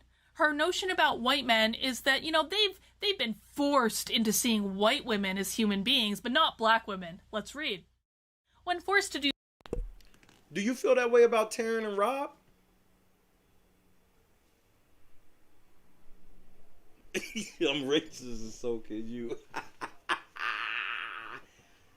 Do you feel that way about Taryn and Rob? Do you?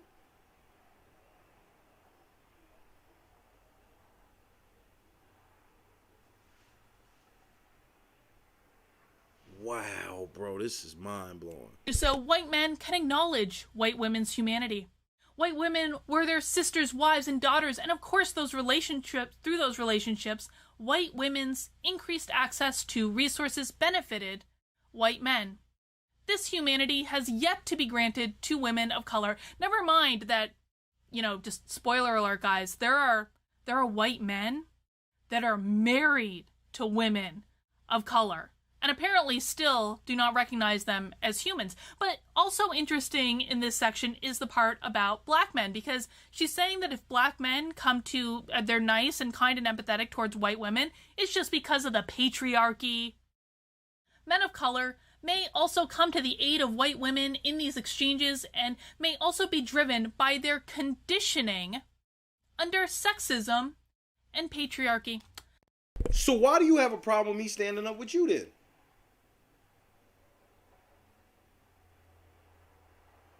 Because you said black men are, you know, they're conditioned to not, you know, say shit to white women. But why are they saying shit now? Why you mad that I'm saying shit then? Did you read this fucking book, Joleen? Also come to the aid of white women in these exchanges and may also be driven by their conditioning under sexism and patriarchy. Let's keep going.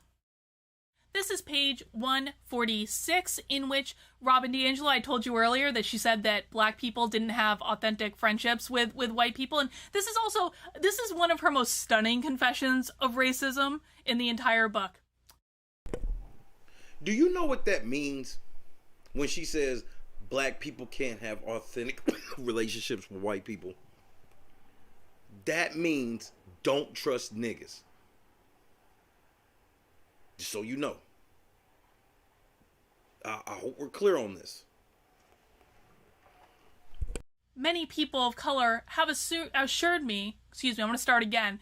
Many people of color have assured me that they will not give up on me despite my racist patterns. They expect that I will have racist behavior given the society that socialized me.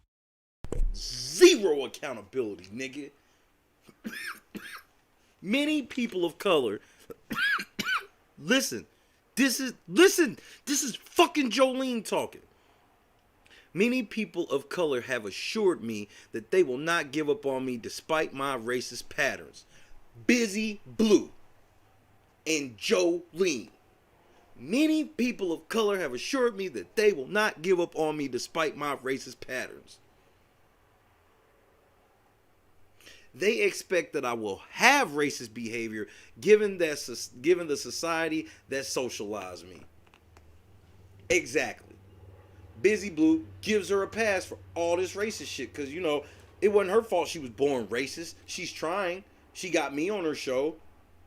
She talks about black women here and there. She pretends to like all... Bruh. Shout out to Wild G. We're going to talk Wild G later. Keep Wild G in your prayers, of course. Nigga. This is outrageous. Let me read. This is literally about Busy and Joleen. Many people of color have assured me that they will not give up on me despite my racist patterns. They expect that I will have racist behavior given the society that socialized me. Just literally like, yeah, I'm racist, but I don't want to be racist. It just kind of just comes across that way. But it's not my fault. And I'm not doing anything to fix it. But, you know, I got busy telling you I'm not racist at all. Ta-da! And he was like, yeah, you know, and Joleen would be so stupid to talk about me at 22,000. She's so fucking stupid. He always says I'm so stupid. Thank you. And then she goes on, what they are looking for is not perfection, but the ability to talk about what happened, the ability to repair. Unfortunately, it is rare for white people to own and repair our inevitable patterns of racism. Church out.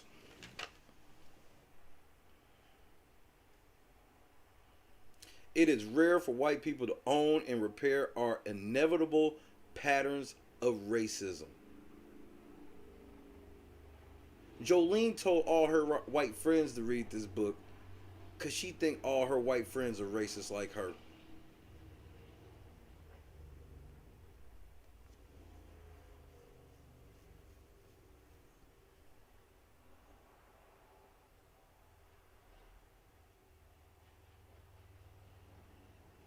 Happy Kwanzaa, Mish. Happy Kwanzaa, Jalen.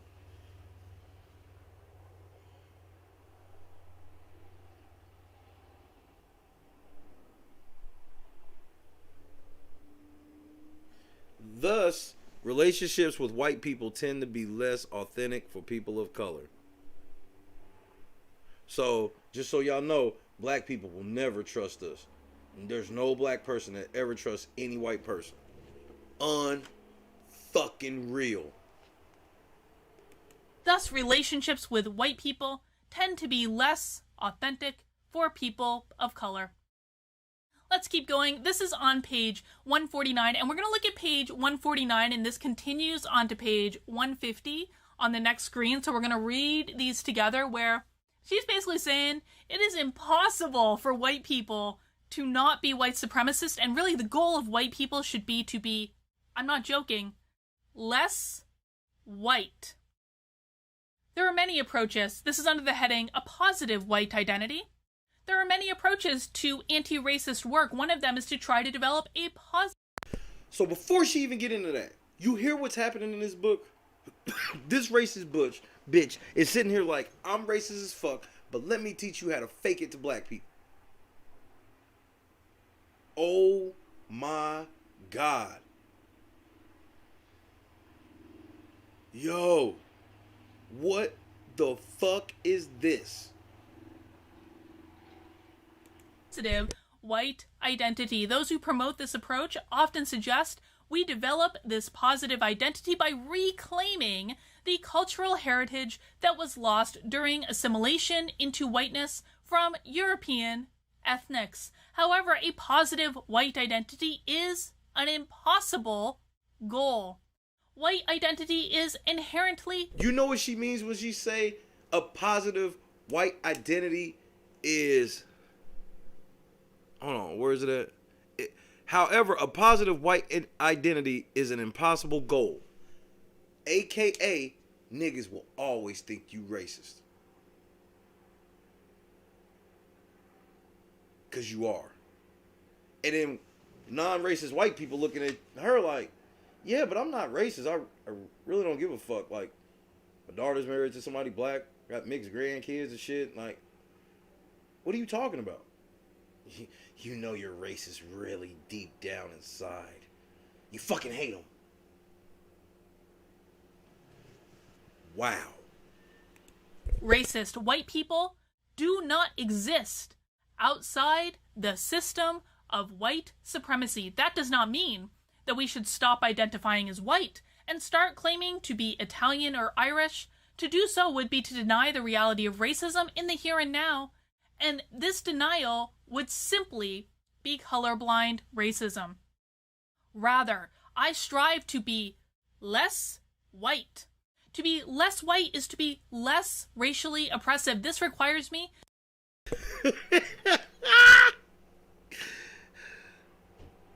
We found the book, Angela. Oh, shit. Nigga, what?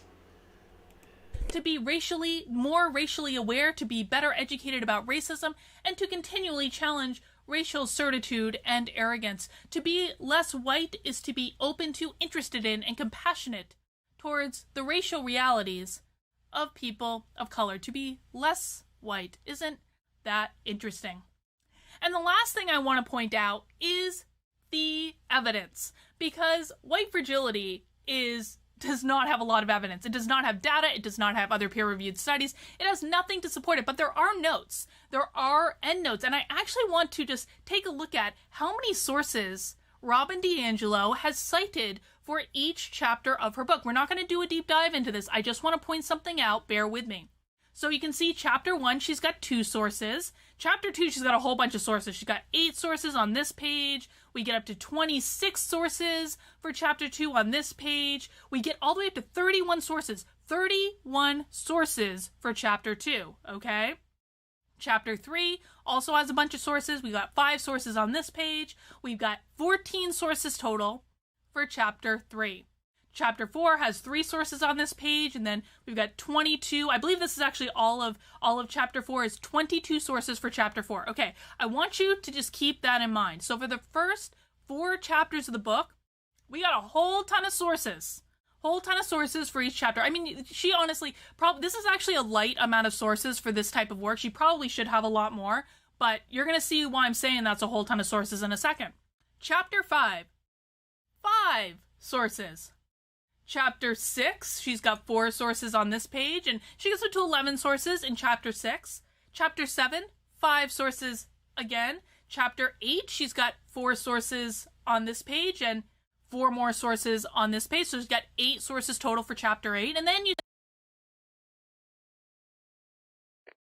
Tactical nuke incoming!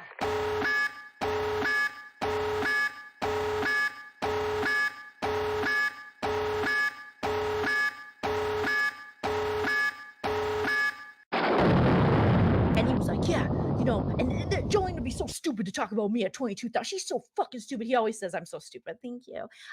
See, we jump right to chapter 11. That means she has 0 sources for chapter 10, 0 sources for, 0 sources for chapter 9, and 0 sources for chapter 10. Chapter 9 is called White Fragility in Action. It's just stories of her doing her white fragility training. There is no actual empirical evidence.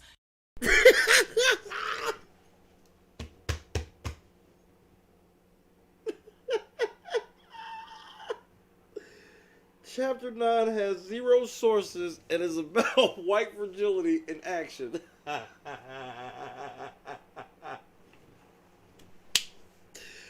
Joleen, bro, you can't be this fucking stupid. This is the book you told all the white people to go read? You try to make them all like you?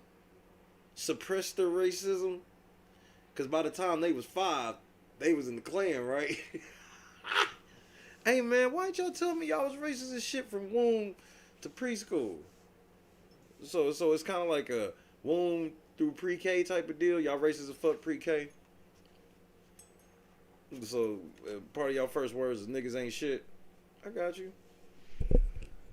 To back up how white fragility manifests itself, it's all based on how Robin DiAngelo perceives things and how Robin DiAngelo has projected her own racism out to the world. 0 sources in chapter 9. Chapter 10 is called White Fragility and Rules of Engagement. 0 sources. So how do you handle white fragility? What do you do? This means that Robin DiAngelo, as of the writing of this book, had done zero research into the effectiveness of her. They don't do research. You can't make this shit up. Jesus, why are you so good to me? Every time I be like, man, you can't pull nothing more. Bro, come on, man. She fumbled like this, Jesus.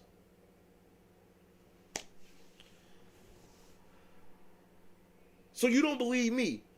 So what, she reverse racist or whatever the fuck y'all be trying to call it? Hey, man, y'all fucked up, bro. Her methods in handling white fragility. This is a theory that she created. And she has done zero research and has zero empirical evidence about the effectiveness of it. And then we see in chapter 11 there are 2 sources. In chapter 12 there's 1.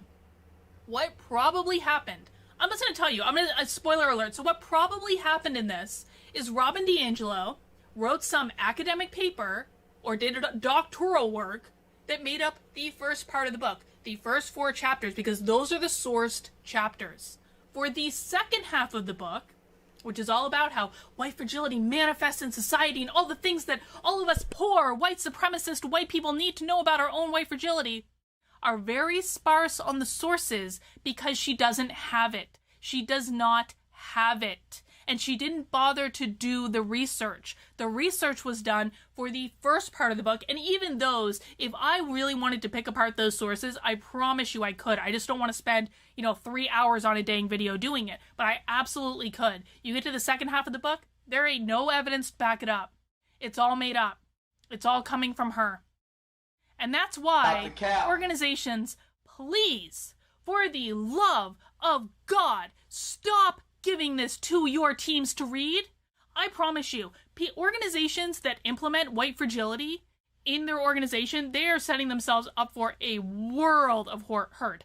This is going to destroy team relationships. It's going to destroy collaboration. It is going to create a myriad of interpersonal problems. It is going to be incredibly costly to fix. And there is zero evidence that the diversity training, the white fragility training that Robin DiAngelo does, and that so many other professionals right now are charging tens of thousands, hundreds of thousands. The U.S. government has paid $5 million. $5 million of taxpayer money for this training in the U.S. government, and there is zero evidence, that it is actually effective. And if you're looking for the source on that, it's Chris Rufo. He's real Chris Rufo on Twitter. He's actually got government documents from the U.S. Treasury that show that the U.S. government paid $5 million for this training. Zero evidence it's effective. So, that's why we should not be looking at white fragility. Listen, I think there are wonderful diversity trainers out there that really are, that don't buy into this bullshit. My issue is not necessarily with diversity and inclusion initiatives. I think there are absolutely ways to do it well and to make sure it is a true diversity initiative, not just about skin color or gender, but it's about every aspect of diversity, including diversity of thought, diversity of approach, things like that. These things are necessary. We need to be able to work well together. We need to be able to collaborate. We need to create working environments in which people have equal access to opportunity, and things that they cannot control, like their skin color, their gender, their sexual orientation, their gender identity, those things are not going to hold them back from career success. These are necessary conversations to have. They are real conversations to have. White fragility is not real. It is. And he was like, yeah, and Joleen would be so stupid to talk about me at 22,000. She's so fucking stupid. He always says I'm so stupid. Thank you. Why don't you just come out, man, and say it? Call us jungle bunnies, man. What? Asparagus spares? What? If we were white, it would have been asparagus tips. Racial, man, racial. Is made up, and people need to stop passing this book along as though it is the gospel truth, because it is a horrible, toxic book that is going to steer you on a completely ineffective path. And I think I've proven that. And so have I. Get the fuck out of here, man. Joleen, you are fucking with something like a juggernaut, bro. What are you doing? You telling everybody to go read this book so they can be racist like you? Damn, you stupid. You so fucking stupid. Is there any question that Jolene's racist at this point? This is the book she's telling everybody to go read, because this is the book that got her woke. This is the book that got Joleen woke.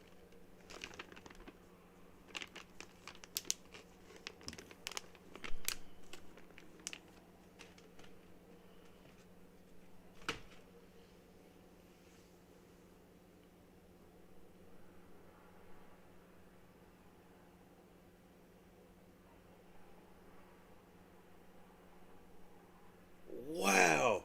Joleen, you racist than a motherfucker, bro.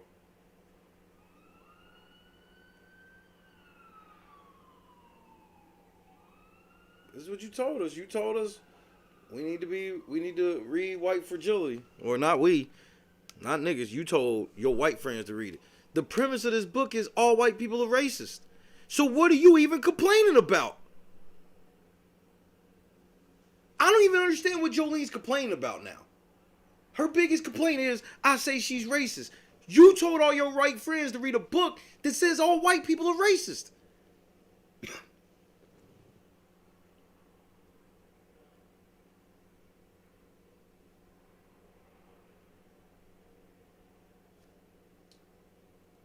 This shit is just a fucking book. Bro. Meanwhile, she's sitting here telling y'all to read a book that goes, hey, all my white friends that really aren't racist, you need to read this book so you can learn that you're really racist deep down inside. See, I'm not racist because I realized that I'm really racist deep down inside and fixed it. How I fixed it? I just figured it out on my own. I didn't really fix it with any black people. Oh, what do you know? I got one black person that just lets me do all of my racist shit and he's still my friend after it. So obviously I'm in the right.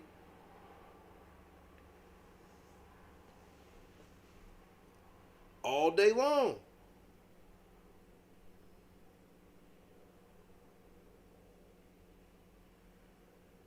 Meanwhile, she want to do dog whistles. Oh, he's a Trump supporter. When the fuck I ever say that shit?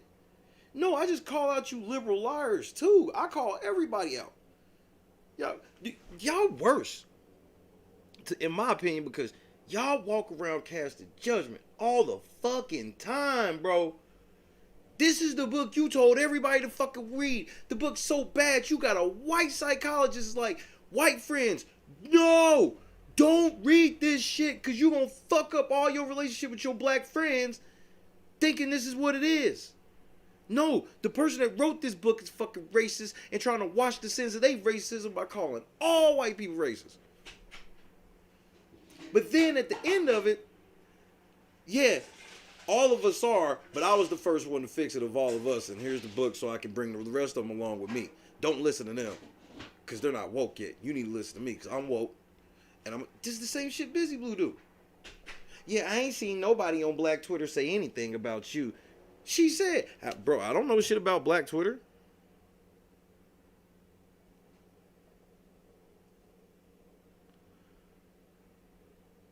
Joleen is like, this is required reading. Listen to this stupid motherfucker.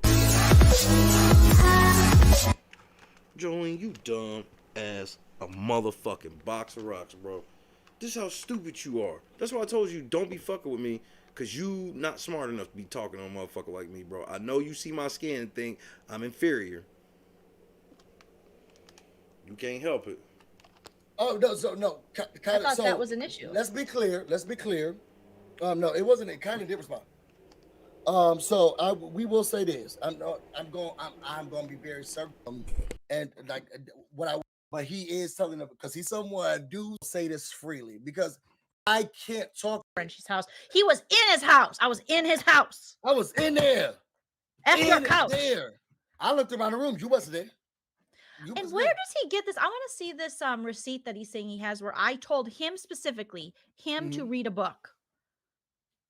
Where specifically did I say his name, read a book? Because that's also been pushed out as that would be so random, and you would never have said anything like that. I mean, I would love for him to read a book. I've definitely said to people, I've definitely pushed White Fragility. I think that's a really good book for people to read. No, it ain't, bitch. And this is why you fucking up with a nigga like me. because you read this book and you thought you became a nigger whisperer from hearing from a white lady that, hey, all white people are racist, so don't be embarrassed at the fact that you're racist.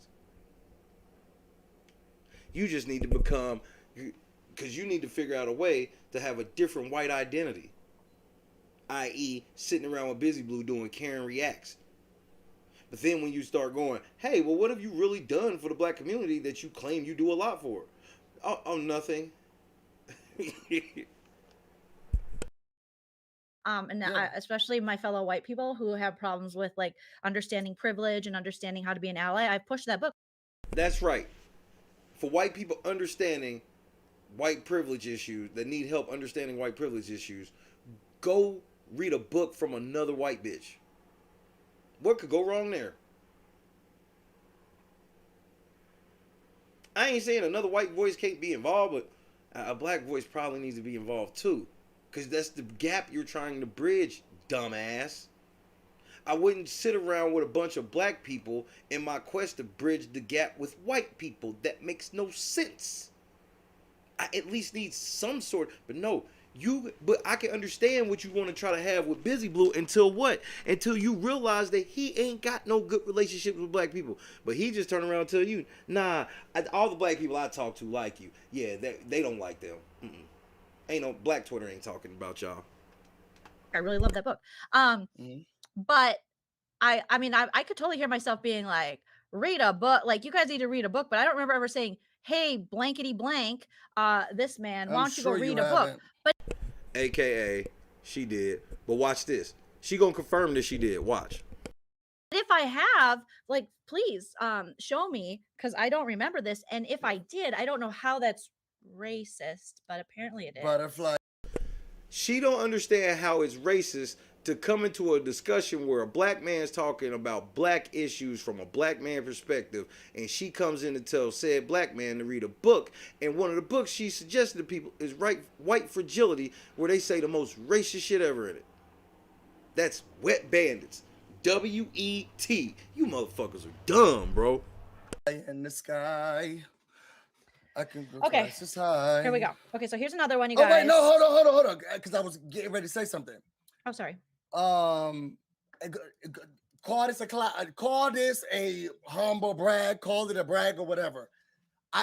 First of all, I don't got nothing to prove. I have nothing to prove to y'all on the internet. Are you sure you're not trying to brag?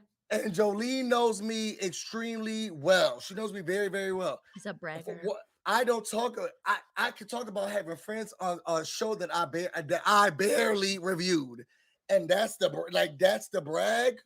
Girl, but who would I be bragging to? Because the people don't know the people that I'm talking about. You gotta feel like that they would feel. That's right, Angela. His excuse is, well,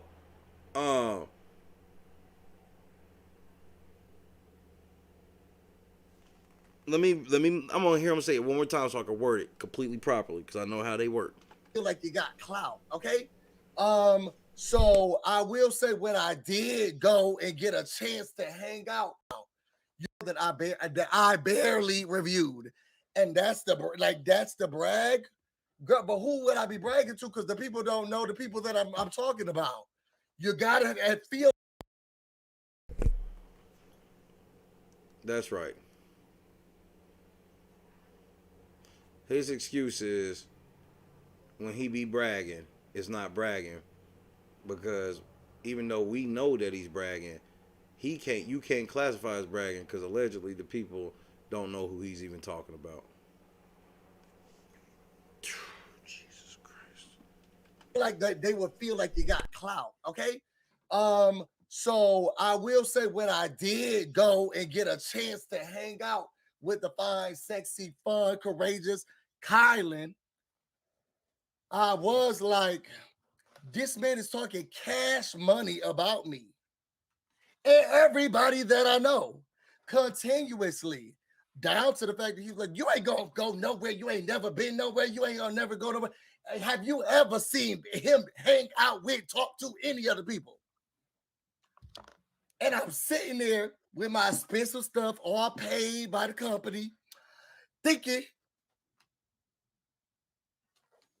it would be really bad of a black man to hold another black man down and talk about a black person like this and bring up another black person and try to stop another black man from.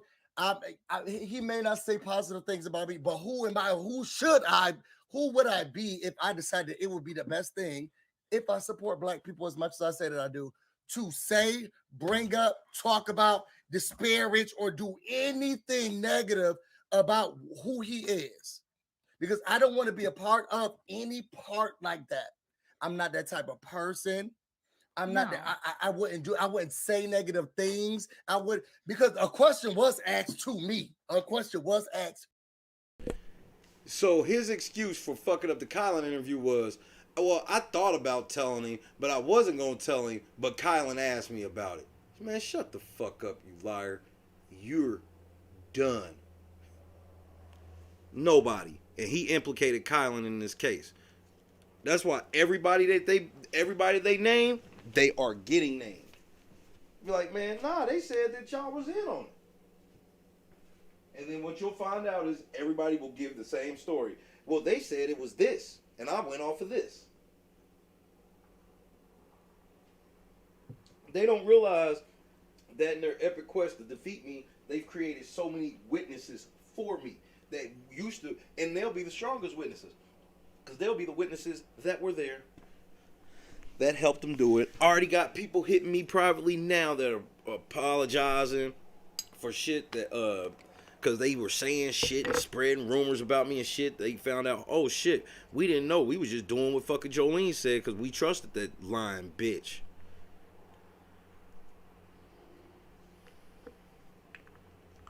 What company paid for this nigga to have an the company paid for him to have such expensive shit that he had to be sitting there with Kylan. Nigga, don't nobody forget that, oh yeah, I'm locked in the room with Kylan, because that was when you did that IG Live, dragging Jess, because the company paid for all your expensive shit, but they wouldn't pay for you to get on the fucking helicopter, you liar.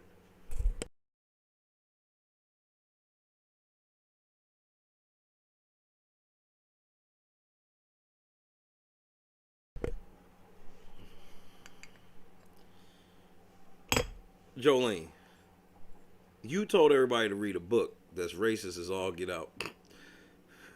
How do you explain this?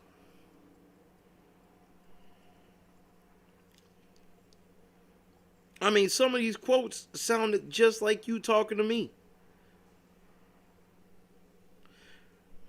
Because all this book does is tell you to teach you language to get black people to think that you down with them, all while never changing your core beliefs in any way whatsoever. Any way whatsoever.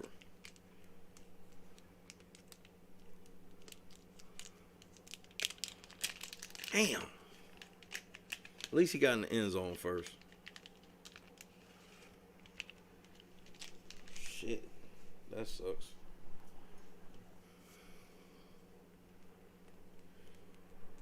I've never encountered real life race baiters before.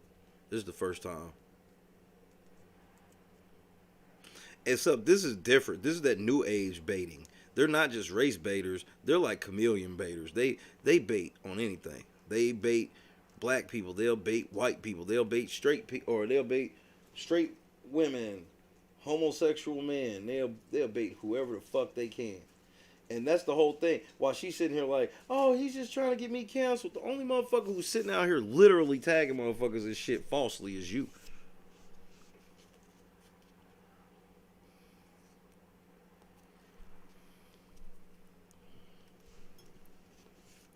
It depends on the company, but here's the thing, Gunplay. Here's the one part where that all falls apart. What does said company want him there for? What did the company want him there at Jessica's birthday for?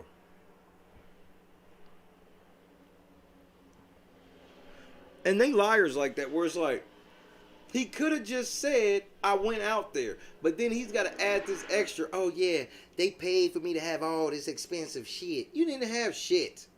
Because you would have posted it. Because you like to brag.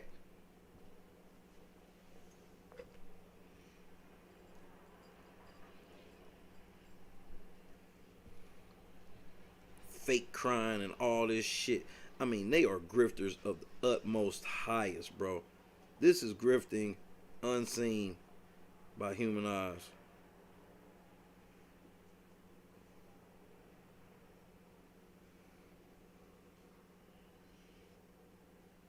That's why I'm laughing at all his fucking fans. I'm like, please give him all y'all money, because you don't deserve your money. If you're going to be giving it to entities of the devil, and I stand on that. I stand on the fact that Joleen Lunzer and Busy Blue are entities of the devil. Because when have y'all ever seen somebody lie like this? I mean, we went past Raven about 200-300 lies ago. They can't tell the truth about anything. All the way down to, bro, they couldn't even tell the truth about me going to Longhorn. I had to go to Texas Roadhouse, which is weird.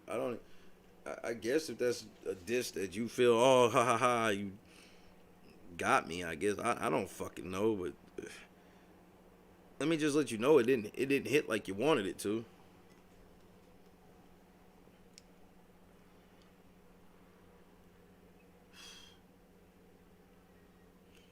And then he said, bro, Busy Blue is so dumb, bro. I cannot wait till tomorrow, bro. I cannot wait till fucking tomorrow. I can't wait. To me. Were you in those rooms he's in? Are you in the no, special rooms? I definitely haven't been in any of those special rooms. And I don't want to be. Whatever the rooms sure? are, they're very important, and they must be about whatever, Big Brother, whatever. I'm not studio gangster rooms. Do you think he's? I feel like he's giving me studio gangster vibes for sure. Like he's just like. I don't think you with a polo. So he's got a lot of like talk, but it's like, you know, and he but I feel like it's real in there. Yeah. I guess you're right, because he does threaten us. So I guess you're right. I guess you're right. The feeling's real. It's just, you know, everything else. But I was asked, you know, oh my God, there's so many black we never hear about like other black content creators, and we want to make sure when we. That's right. Another touchdown for Pringle. Pringle with 2 touchdowns. I almost took him, but I didn't. So, you see that code switch mid sentence? He's giving me studio gangster vibes for sure. Like he's just like.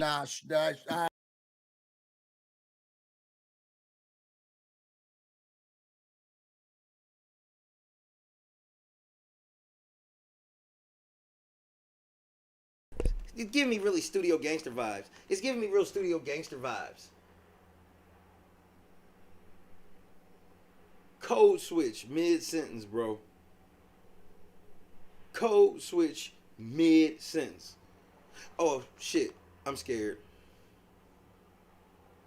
I'm scared. But he threw a diss in first. He was like, in a polo? Oh, shit. We ain't supposed to... Yeah, we scared. There's a lot of real there. What the fuck does that mean there's a lot of real there? Those rooms he's in?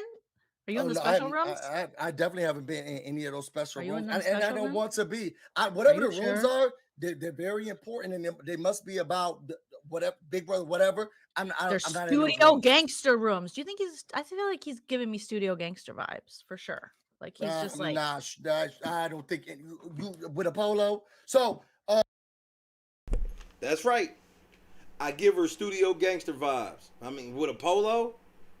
And then this nigga was like, oh shit, what did I just say? Code switch. He's got a lot of like talk, but it's like, you know. He's got a lot of talk, and it's like, you know, oh, Joleen, we can't say that. And but I feel like it's real in there. Yeah. I guess. No, I feel like it's real in there. That's Wet Bandits.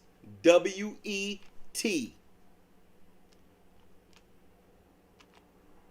Whatever, Big Brother, whatever. I'm not studio gangster rooms. Do you think he's? I feel like he's giving me studio gangster vibes for sure. Like he's just like. I don't think you with a polo. So he's got a lot of like talk, but it's like, you know, and but I feel like it's real in there. Yeah. I guess you're right, because he does threaten us. So I guess you're right. I guess you're right. The feeling's real. It's just, you know, everything else. But I was asked, you know, oh my God, there's so many black we never hear about like other black content creators, and we want to make sure when we get out the house, Oh you no, know they're jealous who. of the tree.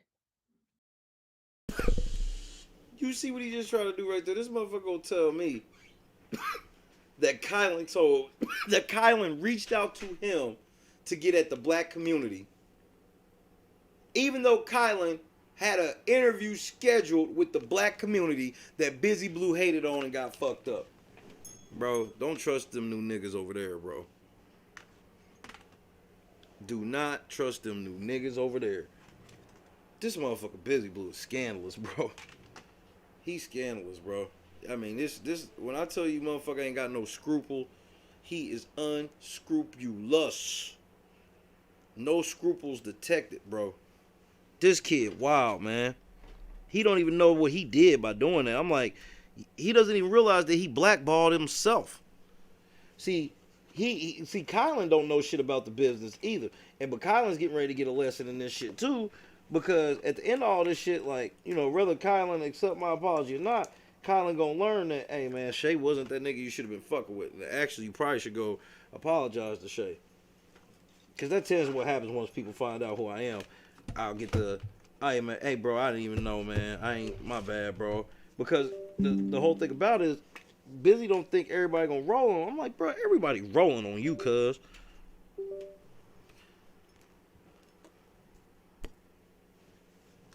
Everybody rolling on you, cuz.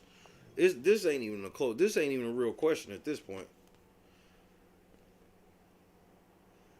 Exactly, Gunplay. The nigga just implied he was talking to Kylan while he was in the fucking house. Like, bro, they can't even keep their lies straight. That's why when he played that clip when they said something about cooking with Ozza, and then he tried to play the show like, yeah, Ozza, blah blah blah. I'm like, yeah, nigga, what happened to that?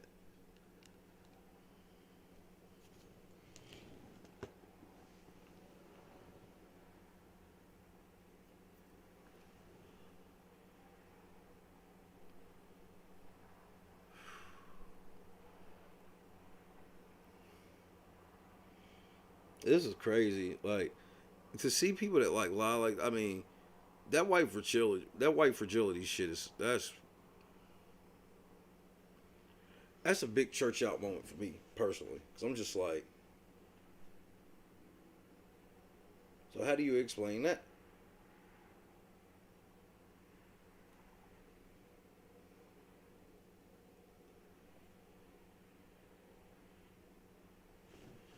And I'm sure she'll try in some weird, weak-ass way, but that shit ain't gonna work for me. I've heard all I need to hear, and you dead ass with a lot of this shit. Dead ass. And you sat there and suggested to your white friends to read the book, which lets me know one or two things. Either you didn't read the book, or worse, you read the book and had no clue what the fuck it was saying. Because this ain't it. Y'all stupid. Dirty macking and shit. Not the tree, my God. Not the tree, my God. You guys, that's a very I go was- to treetopia.com. It's a really nice tree. We can pull it up if you want, if they want to see. It's real nice. It's a very nice. I was tree. asked. Let me So finish. jealous. This is long. It's taking. And you can tell that he's making this like an official statement. He's setting Joleen up in real time. Her stupid ass don't even see it. And he was like, yeah, you know, and Joleen would be so stupid to talk about me at 22,000. She's so fucking stupid. He always says I'm so stupid. Thank you.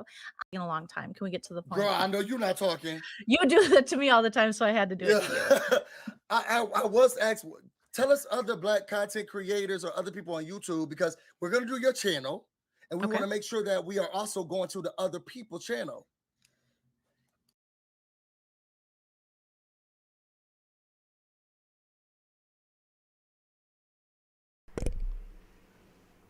This is called the flying monkey strategy. See, since they don't know how I do business for real, they can only make assumptions. So they've already assumed with Kamisha. So understand, I just don't understand this whole I made friends with Kamisha over them shit. This is like weird, but whatever. But now y'all literally are trying to do it too. Hey, some of you black content creators, we need more credibility right now because Busy Blue being black isn't enough anymore. So we need more credibility. So, hey, we'll put you guys on here. We ain't coming over there, but you guys can come here. We'll use you for clout. And there you have it.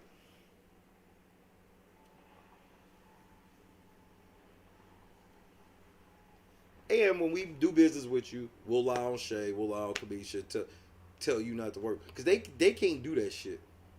They can't work with somebody they don't like. Because they think this shit is it's all fan clubby.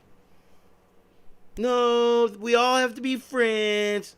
And if you're friends with them, I don't want to be friends with you. But if I find out you're making a lot of money not being my friend, then I'll start hating on you and say it was you hating on me.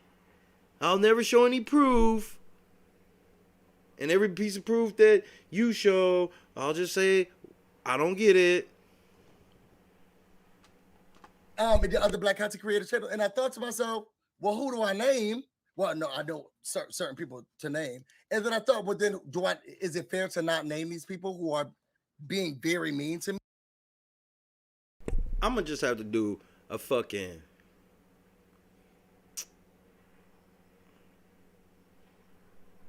a compilation of all the fucking comments this bitch put on the screen.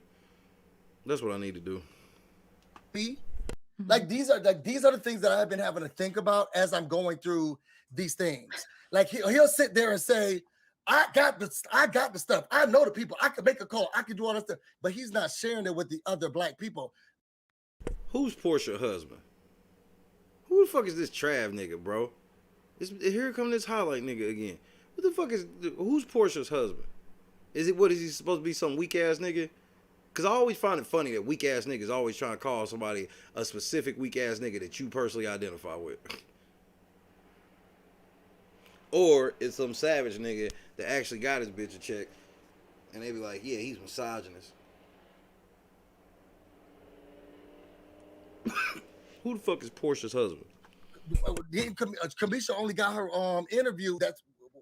I don't call it an interview, but she only got her conversation with Big D. These are the geniuses of her channel, bro. Yeah, I know who Portia is. I want to know who her husband is. I know who Portia is. Who is her husband? Is he a punk? What is he? This is the genius of Joleen's chat right here. He's asking us to comment about his linked videos in your chat. He not only did it, she helped him do it too.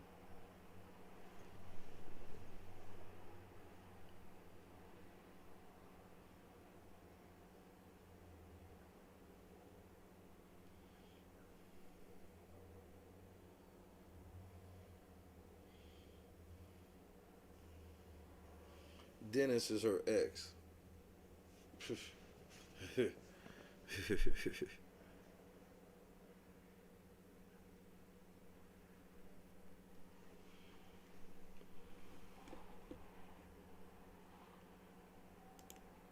Because she was in the chat saying the same thing. If your friend got the juice like he got the juice and he know the people like he said he know the people, why your friend not putting you on? Mm-hmm. That's right. His response to hating on me with Kylan is, well, Kamisha, why'd you have to go get your interview from Derek Fraser in the chat? Because if he got the juice like he say, why ain't he put you on?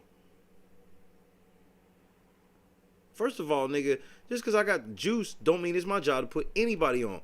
That's what niggas like you think. Niggas like you sit around doing nothing and just waiting for somebody else to win and go, man, I thought we was boys. You supposed to hook me up. I know I would hook you up if it was me.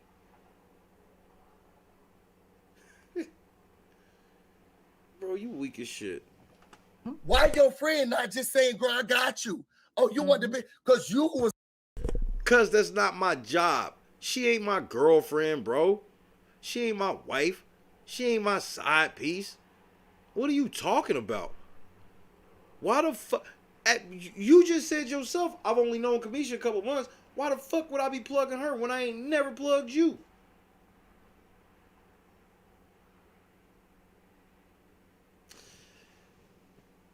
But I did plug her. And that's why she and myself run a private Big D group. Dummy. That's why she is going to be interviewing with me and Big D in a separate panel for our new show, Party and Bullshit. Stay in your lane. Might hurt yourself. You might hurt yourself. Was able to interview the girls after the show. Why is she begging for them in the chat? Yeah, but that's who you go. But that's who you go. That's who you go up for, and that's who you say. This the person who, if your friend got it like that, why he not giving it to you? I did say your name stupidly because then after that, you dragging me. Yeah, this is what he does. He just calls. He just questioning mental my health blackness. Shames. He body shames. That's what he does. Okay, all right. Well, he's got the juices. He can give it to her. Okay, here we go. But give me the thumbs up that you can hear this. And Oh, this he is make my skin crawl. another fun clip. And by fun, I mean not fun and scary. Please stop harassing us. Does that belt have two holes? What? That's John who made the video. We'll pull up his video, the one about me. We'll pull that one belt up. got two holes. And that's the one that, you know, he's doing his stuff. He's like, when are you getting out of this garage? When are you getting out of this garage? Okay, here we go. He's another YouTuber who made that very disgusting video where he says I get raped. Okay, here we go. Oh, there's our friend Kamisha. Okay. She's in his chat, not ours. We see her this time. Okay. It's not loud enough. Is it not playing the sound? It's not loud enough. It's very, very low. Okay, let me try it again. Because I have it on max volume. Maximus volume. Okay, here we go. You okay, bitch? That's what I'm saying. Kamisha didn't beg. Kamisha asked them a question. First of all, Kamisha didn't even ask for an interview. She just asked them why they didn't come talk. They suggested the interview. What's up, R-Town? They suggested the motherfucking interview, bro. And then Tiffany Quelch, within a day, like I told you she would. Because like I've been telling Joleen all year, Tiffany ain't shit. That's why you fucked up, and that's why you pick bad black people to get around, because you pick black people that don't hold you accountable. And then you turn around and use them to tell the black people that will hold you accountable to shut up because you're actually not racist because you're their friend. The ones that let you do all this racist shit and never be like, yo, Joleen, that's out of pocket.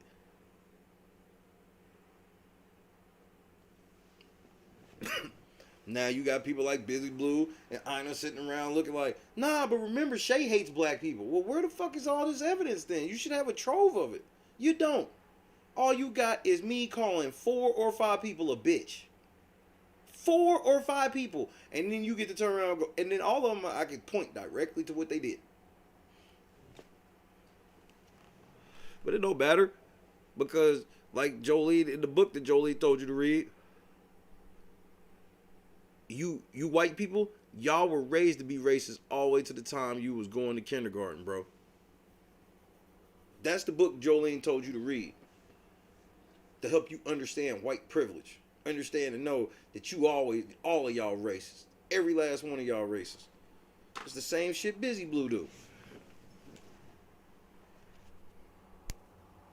That's why, go over in this chat and show me a single black person over there. What kind of shit is this? What kind of racist shit is that anyway? Why the fuck do I have to have a certain amount of anything over there? What kind of quota are y'all hitting over there? A quota is racist, I thought. Because you'll tell me about how quotas are racist and all this shit. The moment a white person say, it ain't enough white people over there, go over there and find a single white person in that chat. Then you'll be like, oh, nah, it's got to be a quota. It's just water, sis. It's just water. But then, it's the same shit like with her. Oh, papers, please.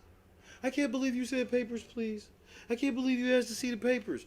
You need to prove who you are. You need to prove you're even Indian or Native American or whatever the fuck she said. I'm like, damn. I didn't ask your husband to prove shit. And she know it. That's why she has to add, because she know when I say, I want to see your husband's papers, and I have every right to ask that. She know I do. That's why she always asks after that. He says my husband's illegal. I've never said that. I'm not stupid like you, Bobby Hill. Bobby Hill built bitch. I mean, this stupid bitch and this stupid ass nigga, bro. This shocks me. I cannot wait till tomorrow. I really can't. I am. It's just irritating. Okay, we'll get through. We'll get through. It's okay. We- Of we- course, no, it's we- irritating. we're We're in getting this together. harassed. We're getting stalked. Like, it's very irritating. But us staying quiet didn't do anything. Us doing, like, I don't know. Here we go. Okay, let's see. Let me know if you guys can hear this. Okay. Joleen, she really thinks this is legal, bro. She really thinks that she can carefully edit a video and then tweet out he's threatening to come from the South to LA and find me and Busy Blue. Our cyber stalker threatens to come stalk us in person. I've never met this man. First of all, Joleen, you gotta understand that this level of meeting shit is way different than how you think you can play it. Bitch, I got your phone number. I never gave it to him. He hacked my... Shut up, bitch. Stop.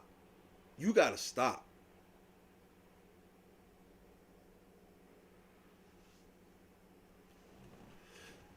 Joleen, you can't call me your stalker and you ain't got now private message for me, bro. And the best part, Joleen, is when I expose the type of liar you are again this evening. I'm about to go ahead and make another video. So I'm about to make like 5 or 6 videos actually, and run like six premieres in a row. These carefully edited videos and shit. You do know I own the footage and can easily show how you edited and lied. Why'd you cut out the part where I said, and as soon as I hit the ground, you motherfuckers would call the fucking police? You're crazy. But you know what the fucked up part is? Somebody probably gave this to her, edited it, and she didn't even be smart enough to go check the whole clip herself before sending it out. Nigga, John was like, hey, maybe we should order the book from Amazon and read it first. I said, yeah, that's a great idea, except I promise you it's not necessary.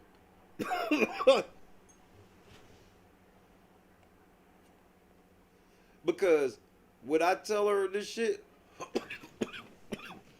I said, as soon as I took the cramp,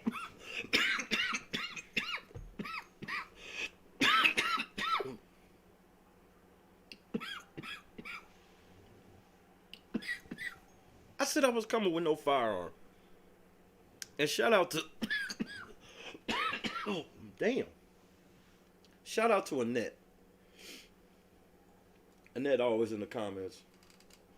Shout out to Annette because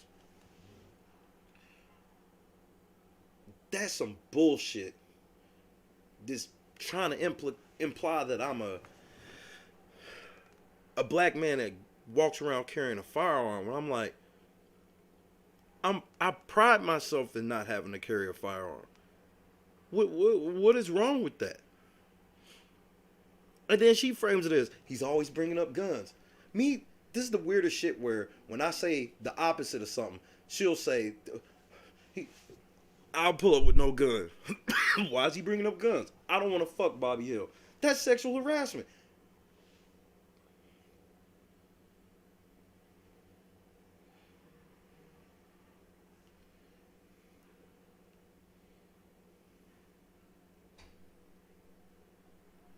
She don't even put the exact date of the video. She don't even put the title of the video because she don't want nobody to know none of that. She don't want anybody to know any of that. She puts, oh, it's from October 2021. October what? What's the name of the video? Oh, I don't want nobody to know that because then I think she think because I got so many hours of shit that I can't find it.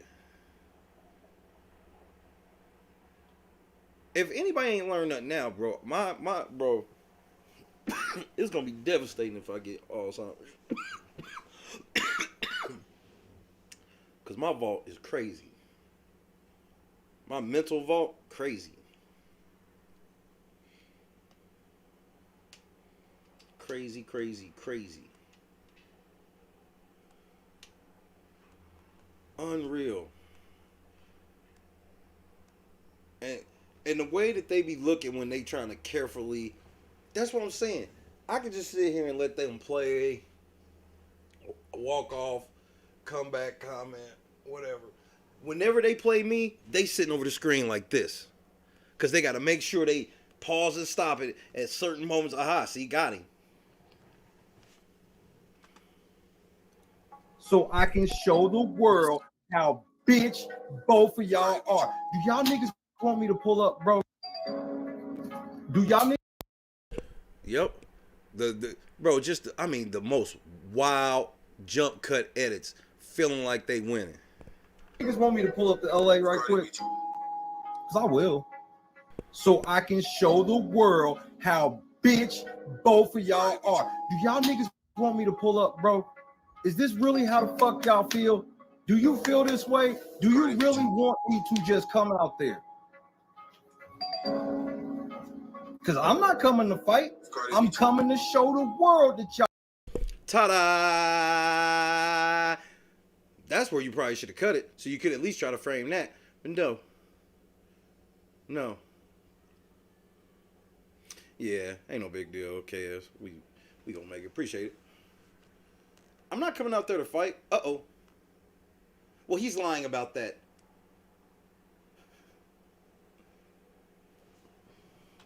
Oh, bitch!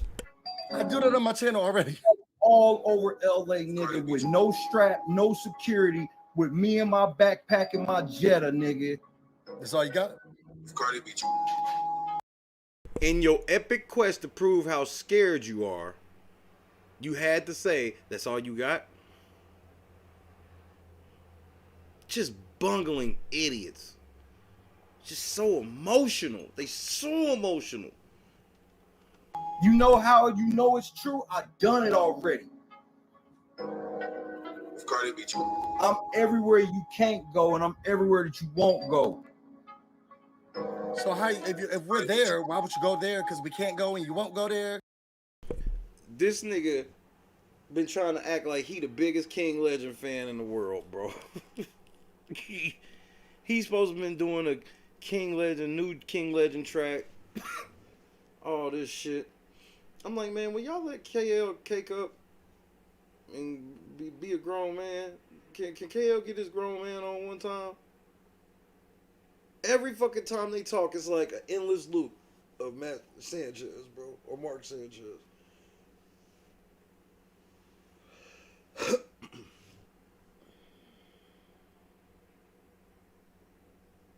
He can't help it.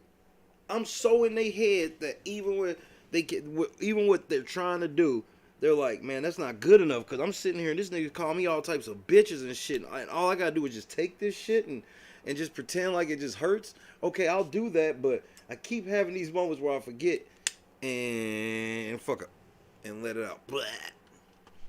Isn't that a credit card ad? Like, I'm everywhere you want to be, or everywhere you can't be, or whatever. Just like this stupid bitch.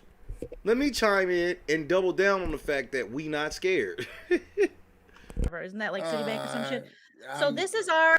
Hey, man, fuck you, Lunch. You can't come off the top rope talking about you had Portillo's, man.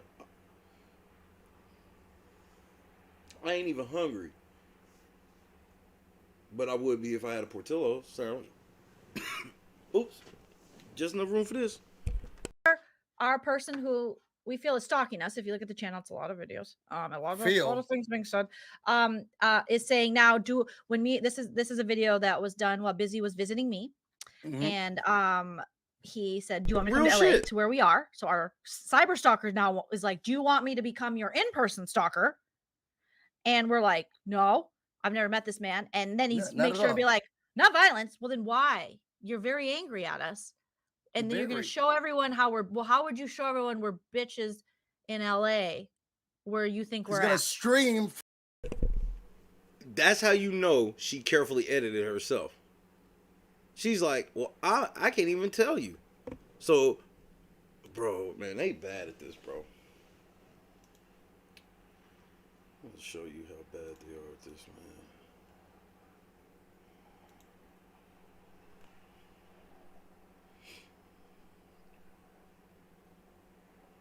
They really don't think far ahead at all.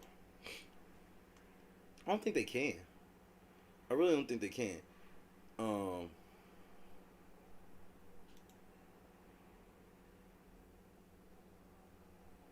This is about to be the funniest shit ever.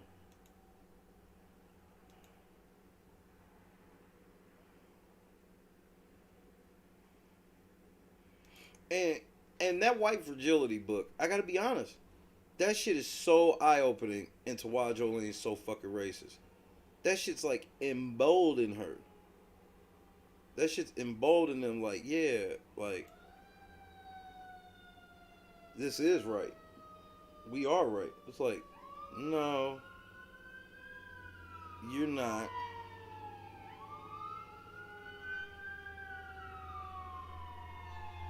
Okay. Yeah. Uh-huh. Let's see what this is.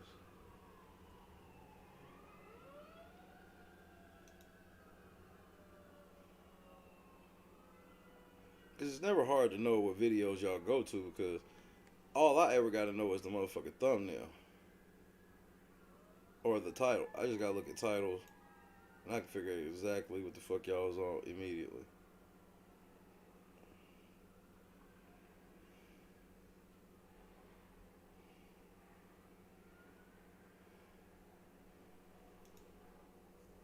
Cause let me pull that shit up. This is how sad y'all are. Y'all such mega big time liars.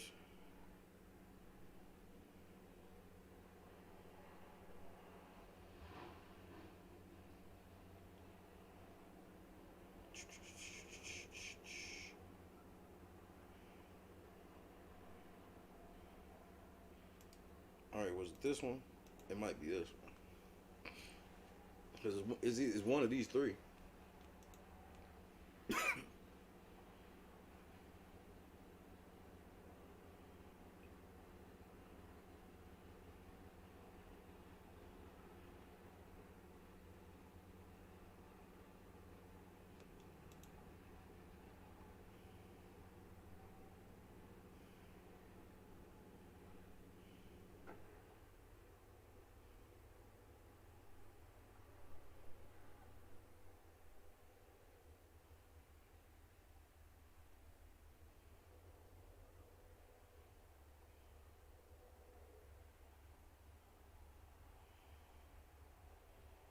Okay.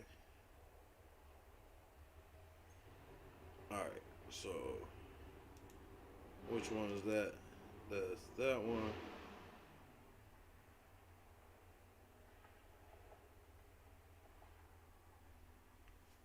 So it had to be bam, bam, bam. Okay.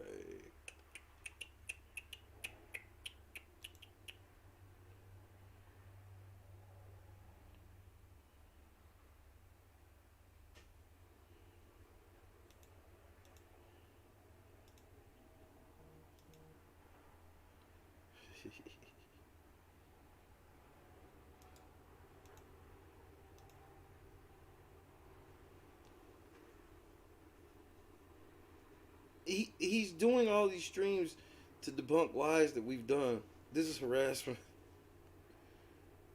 Yeah, we keep lying on him, and he keeps wanting to debunk it, and that is harassment. You're not allowed to do that. When we decide to lie on you, you have to accept it.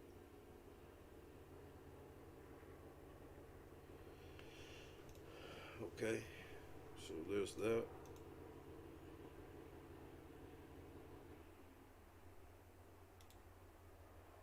Aha.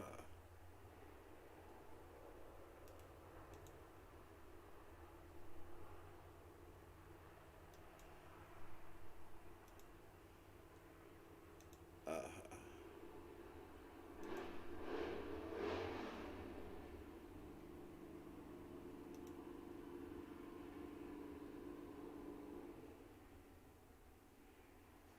Somebody out here turning up.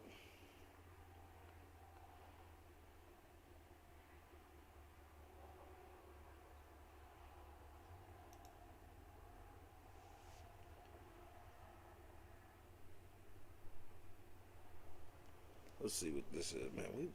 Oh, nice.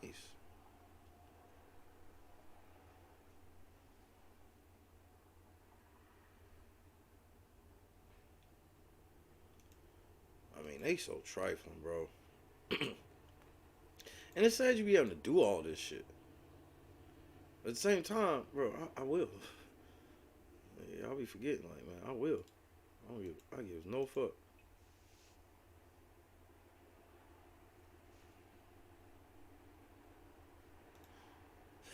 My cyber stalker wants to become my in-person stalker.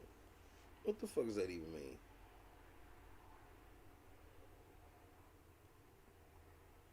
Here it is, right here.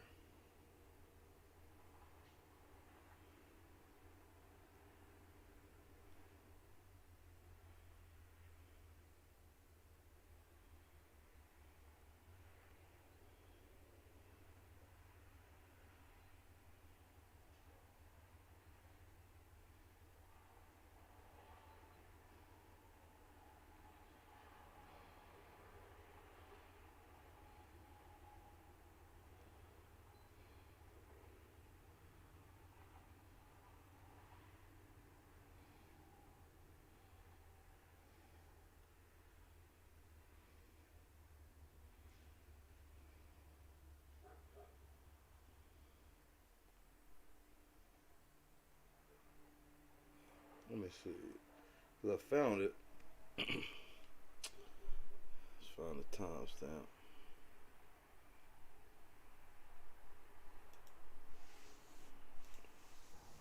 Cause I'll go to court and tell the truth. I sure will.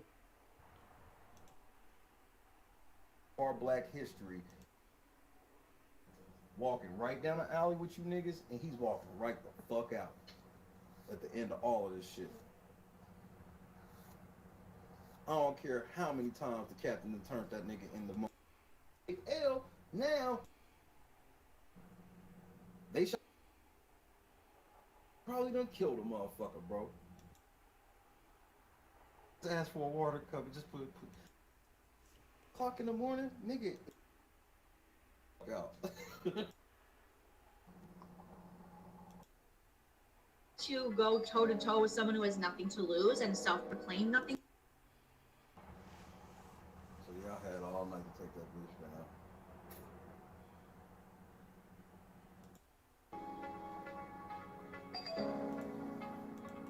What up, Al?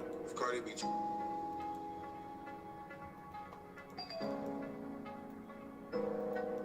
Cardi B.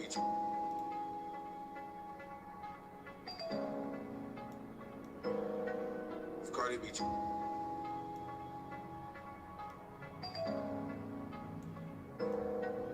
Cardi B.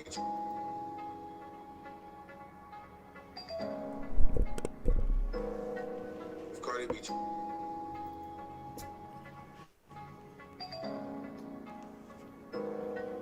Cardi B. Alright, so that's that.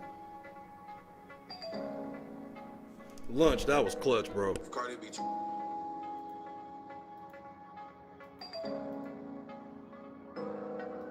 Cardi B.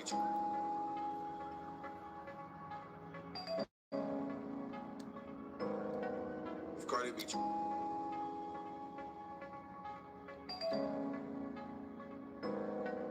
Cardi B.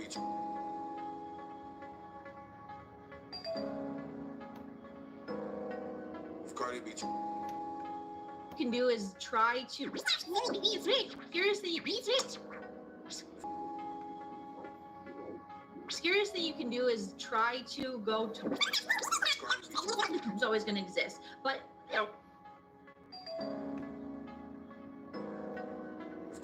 but the scariest thing you can do is try to go toe to toe with someone who has nothing to lose and self-proclaim nothing to lose. I would agree with you, Joleen. It's too late. Cardi B.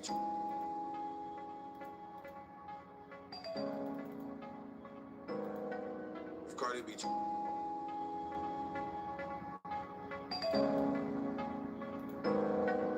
Cardi B.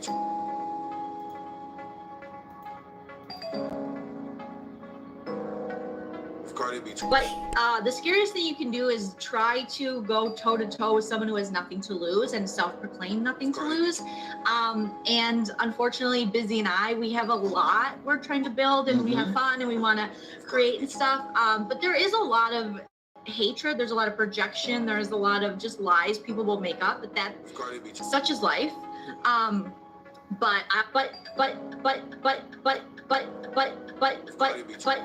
The scariest thing you can do is try to go toe to toe with someone who has nothing to lose and self-proclaim nothing to lose.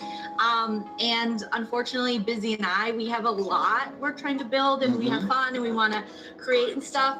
But there is a lot of hatred. There's a lot of projection. There's a lot of just lies people will make up. But such is life. Such is life.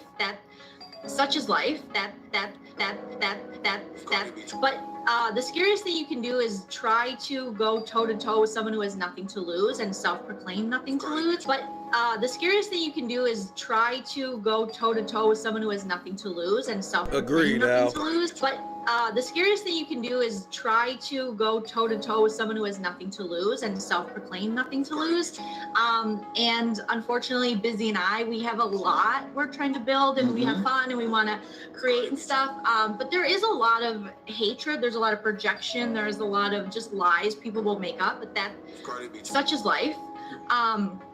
But I always find the comedy in it because I now can go on YouTube and find multiple very fragile men making videos about me. But you guys, oh my God. So there's a, I started doing a joke about it. Like, it is kind of good because then I'll just use it for material. I'll say that this is helping. It is like, you have to find the funny in it because, the scariest thing you can do is try to go toe to toe with someone who has nothing to lose and self-proclaim nothing to lose.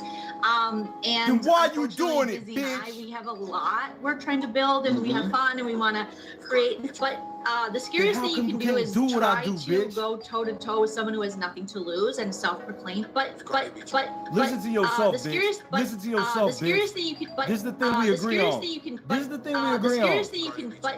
The scariest thing you can do is try to go toe to toe with someone who has nothing to lose and self-proclaim nothing to lose. And unfortunately, Busy and I, we have a lot we're trying to build, and we have fun, and we want to create and stuff. But there is a lot of hatred. There's a lot of projection. There's a lot of just lies people will make up. But What lie did I make up? What lie did I make up? What lie did I make up? The scariest thing you can do is try to go toe to toe with someone who has nothing to lose and self-proclaim nothing to lose.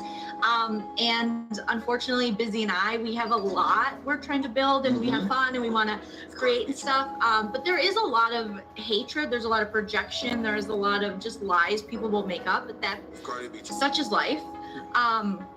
But I always find the comedy in it because I now can such is life. What does that mean? Such is life. What does that mean? Such is life.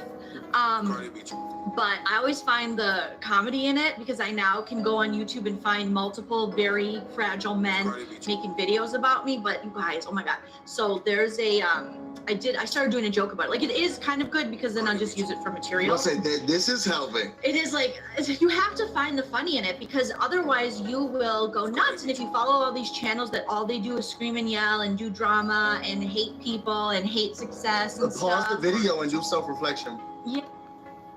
3 seasons of toxic YouTubers. Such is life.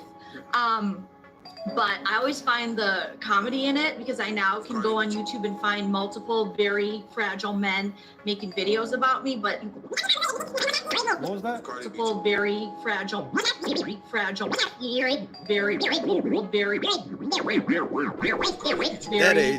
men making videos about me. But you guys, oh my God. So there's a, I started doing a joke about it. Like, it is kind of good because then I'll just use it for material. I'll say that this is helping.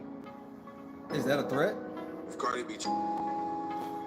You still threatening me?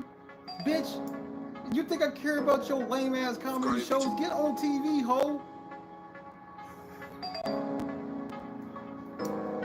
And nigga, did nobody ask you to say shit? Grown folks is talking, nigga. You need the white hoe to speak for you. You gotta go in front of the white hoe audience, nigga. But listen to yourself. it is like, you have to find the funny in it, because otherwise you will go nuts. And if you follow all these channels that all they do is scream and yell and do drama and hate people and hate success and Pause stuff. the video and do self-reflection. Yeah, it. Thank you. I shall do such. Cardi B.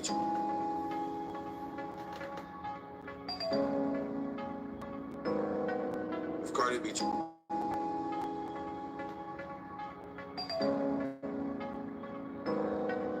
Cardi B.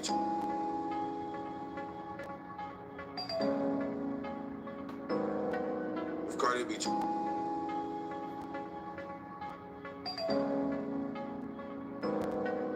Cardi B.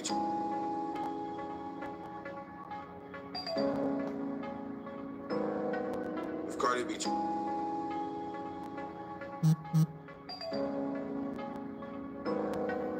Cardi B.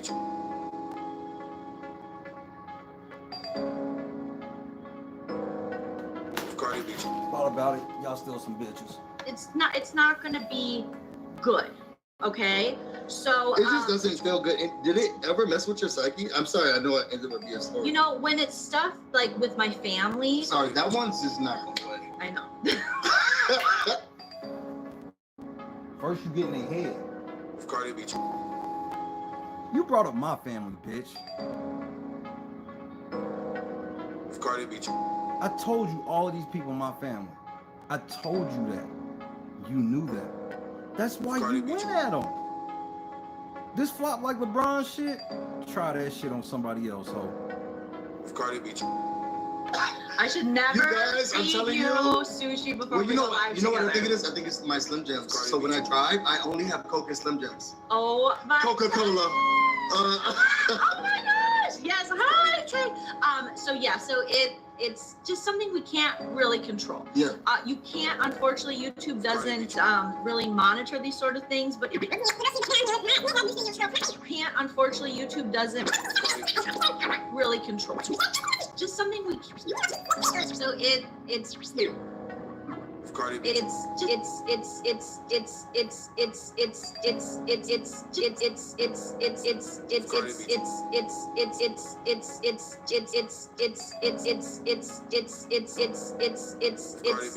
just something we can't really control. Yeah.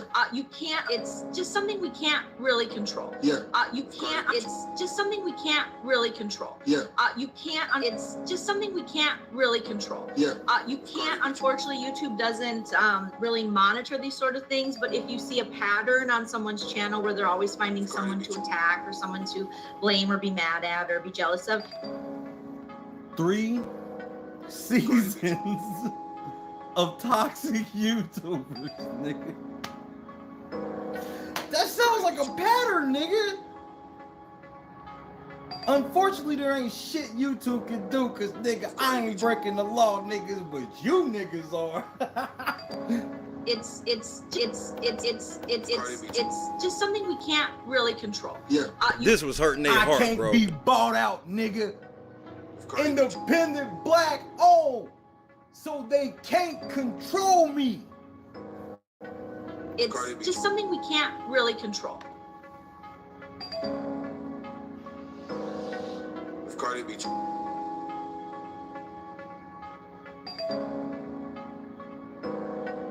Cardi B. It's something we can't control.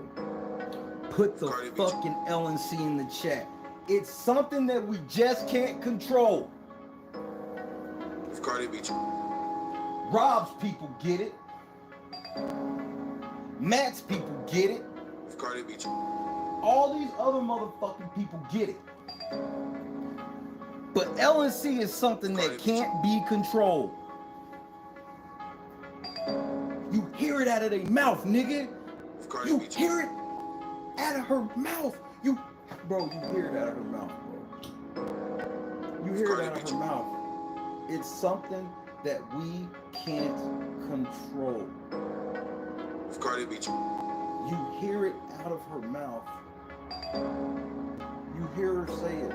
You literally hear her say it. It's something we can't control. From the streets did she emerge into the street She will return. She belongs to the streets. We can't control. Cardi B.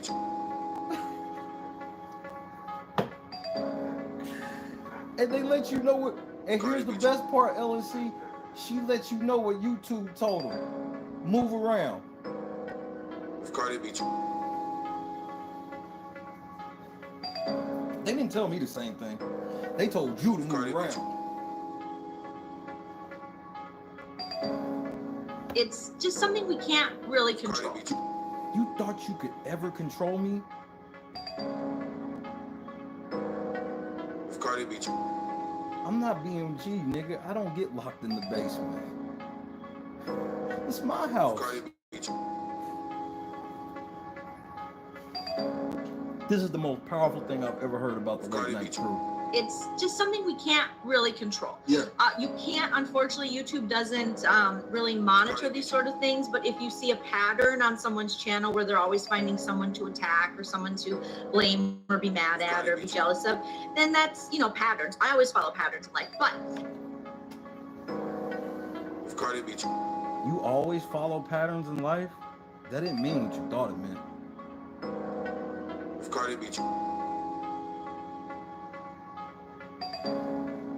Which one of us got fired for attacking somebody? Me or you? Cardi B. Who got All of fired that sound for good. attacking somebody? Me or you? Let's go, Dad. Cardi B. When Uncle Kevin got scammed, who stood up? Me Cardi B. or you?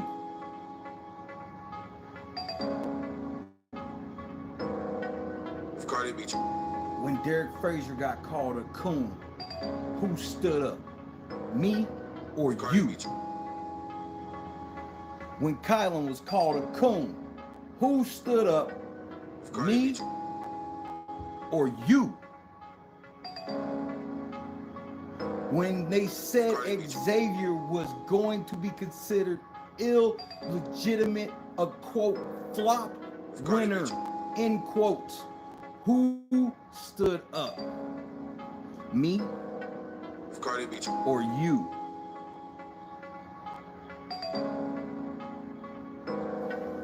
Cardi B. It's just something we can't really control. Yeah. You can't, unfortunately, YouTube doesn't really monitor these sort of things, but if you see a pattern on someone's channel where they're always finding someone to attack or something. Cardi B.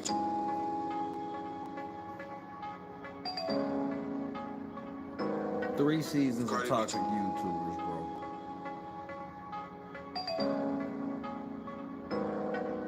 Cardi B.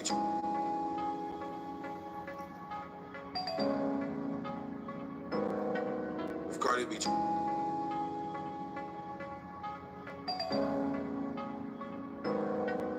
Cardi B. Y'all niggas is paying my squad for all of this, nigga, on everything. And he was like, yeah, you know, Joleen would be so stupid to talk about me at 22,000. She's so fucking stupid. He always says I'm so stupid. Thank you. Cardi B.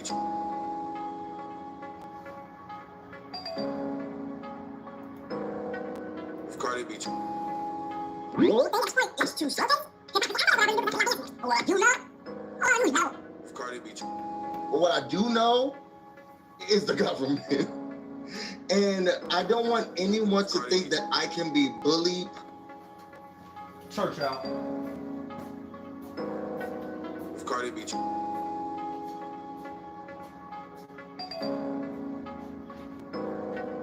Cardi B. Well, I was at a family barbecue.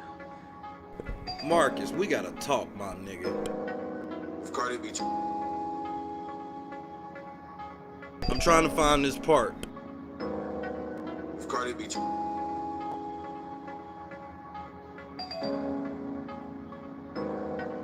Cardi B.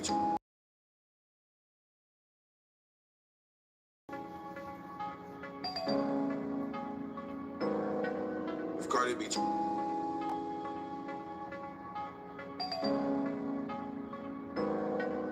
Cardi B.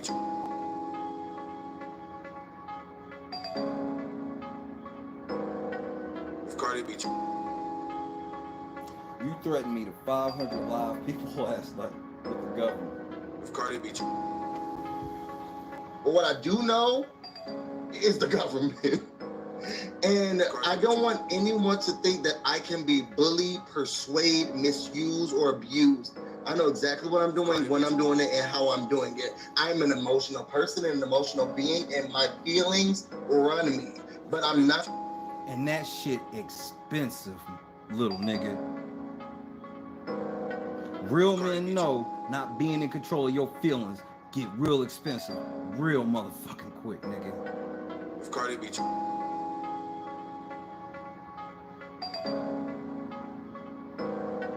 If Cardi B.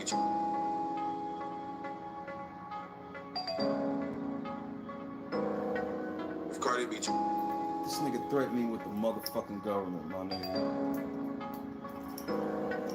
If Cardi B. Niggas are clowns. If Cardi B. Let's go, KS. I admit, when I got my feelings, I committed a bunch of crimes. But I know the government, nigga.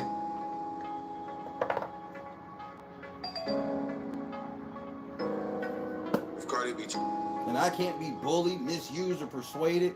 So what am I trying to persuade you to do? You're taking the video down. There's no persuasion, nigga. What, the video's illegal. If you so know the government, go ask the government if you can do what you did then, nigga. And see what they say. Oops, they'll fire your monkey ass.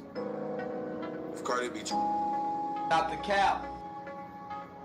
This nigga threatening me with the fucking government. And you stupid hoes over there believing he has any juice. He can call the government on me, but he can't get Tiffany on this show. What kind of fucking sense does any of this shit make? I'm broke, nigga, I'm broke. If Cardi B. Keep committing crime. Not going to be miscarried or misused. Here it comes. Now, I'm the I nice get to see the one out chat. of my family. So you threatening me with your family now? Cardi B. All of your hoe ass family can pull the fuck up. Every last one of them hoe ass niggas. I hope you hoe ass niggas is watching. All of you niggas can pull up. You can't fuck with God's son, bro. You better tell your little brother, your little cousin, you better tell all them motherfuckers to sit the fuck down and shut the fuck up. If Cardi B.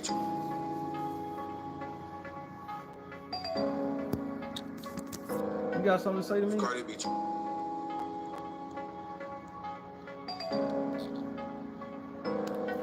If Cardi B.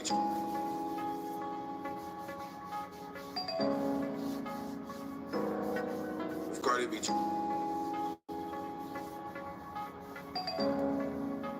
All them hoe ass niggas, bro. If Cardi B. Don't threaten me, little nigga. Don't do that. Don't do that. I thought I was the one. Bro, all I told you to do was pull the shit down, we going to court. I've been very clear what we doing. Now you want to motherfucker threaten me, nigga, with the government? You want to threaten me with the government, you little pussy ass nigga? Do it then. Stop talking about it and do it. Hoe ass nigga, bro. You gonna threaten me with the government and your family in the same breath, you fucking idiot? You're gonna threaten me in the same And he was breath. like, yeah, you know, and Joleen would be so stupid to talk about me at 22,000. She's With so the fucking government stupid. He always and says your I'm so family. stupid. This is the CBS and them all mistake you made.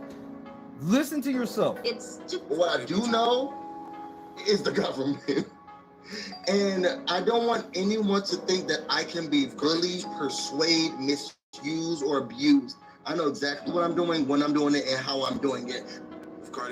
I'm an emotional person and an emotional being. I'm an emotional person and an emotional being. I'm an emotional person and an emotional being. I'm an emotional person and an emotional being. But what I do know is the government.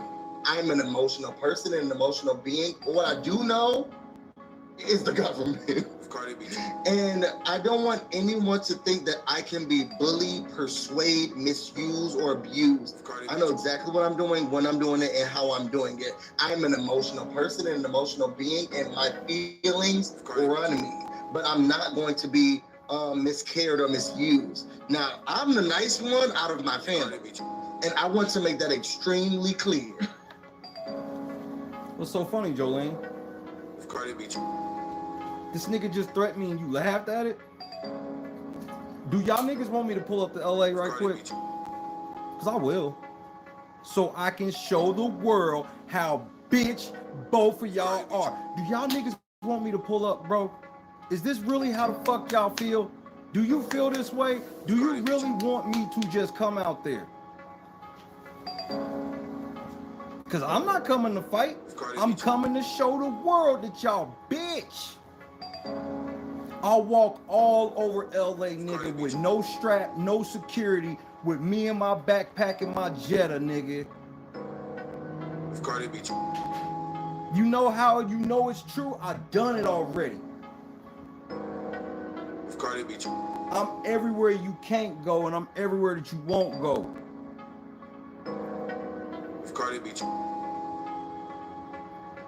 Little nigga, you tough? You tough, little nigga? Why you letting this white bitch gas you up, bro?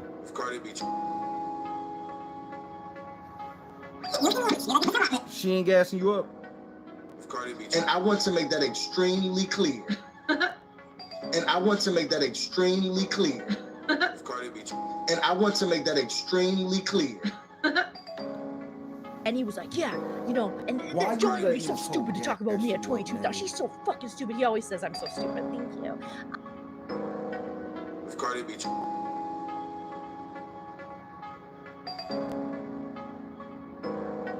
This nigga real life letting this bitch gas him the fuck up while he committing more crimes on her show.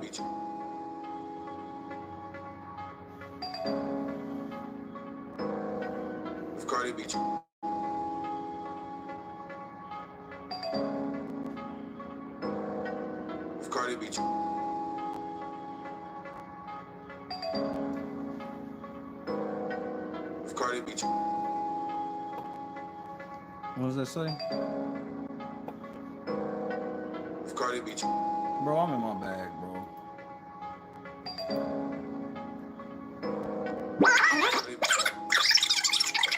But in the airport thing, and I didn't say where like I was going there. And I want everyone to know that I'm not worried and I'm not scared. And everyone to, I want everyone to know that I'm not worried and I'm not scared. But the scariest thing you can do is try to go toe-to-toe with someone who has nothing to lose and self-proclaim nothing to lose. And unfortunately, Busy and I, we have a lot we're trying to build, and we have fun, and we want to create and stuff. I want everyone to know that I'm not worried and I'm not scared. But the scariest thing you can do is try to go toe-to-toe with someone who has nothing to lose and self-proclaim nothing to lose. I want everyone to know that I'm not worried and I'm not scared. And neither is she. Well, but the scariest thing you can do is try to go toe-to-toe with someone who has nothing to lose and I want everyone to know that I'm not worried and I'm not scared. And neither is she. Well, I'm not gonna speak for her, but I'm gonna speak for her. We're not worried and we're not scared. I'm not worried and I'm scared. I am frustrated. And I think sometimes it's hard taking the high road.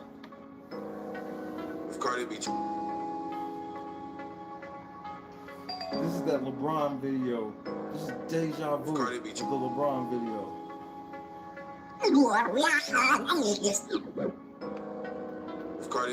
Taking the high road when you have the facts and you're telling the truth. And y'all don't see me or Joleen on here every video, every anything, calling people out of their names, making fun, talking down. Nigga, you got 3 seasons of a series called Toxic YouTubers, nigga. Stop the cap. If Cardi beat you. This is why you have to have your emotions in check. This is what it looked like when your emotions aren't in check. When somebody does something you don't like and you want it to stop, you start saying irrational shit because you can't figure out a way to get it to stop.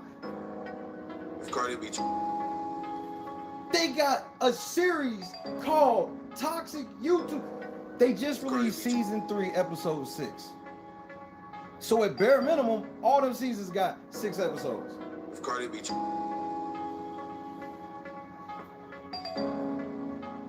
Or it got a contract extension. Cardi beat you. 3 seasons, and I'm the nigga that's sitting around talking about people. If Cardi beat you. I can call anybody on this planet I want a bitch, and it ain't nothing y'all can do about it. I can call both of y'all bitches, and it's not illegal. What don't y'all get about that? What you can't do is lie on me. You can't lie on me.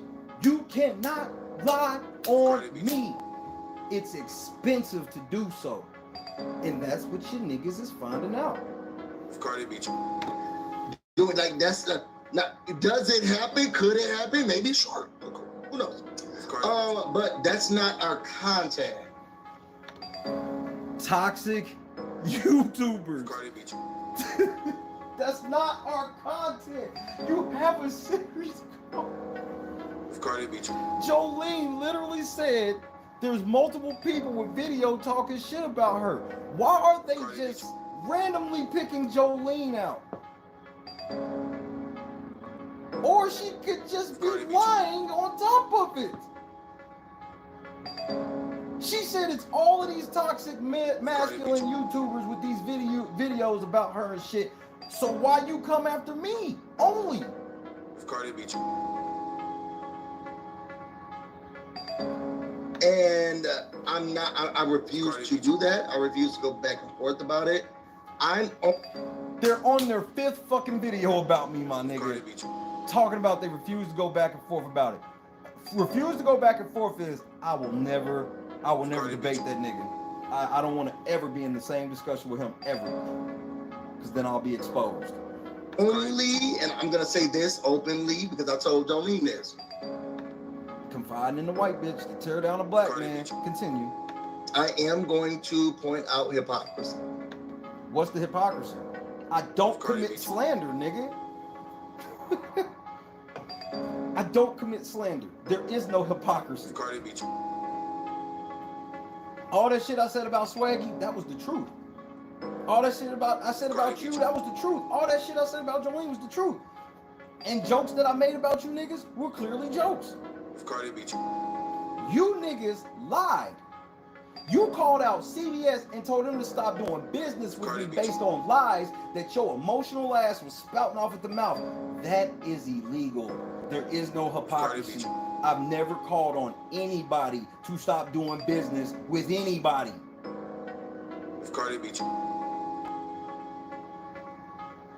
KL got 1 million songs on this channel, and I ain't even one time told him to not rock with anybody, cause I'm a real nigga. Cardi beat you. I never put my friends in the crossfire of some shit between me and one other nigga. Cardi beat you. And a bitch.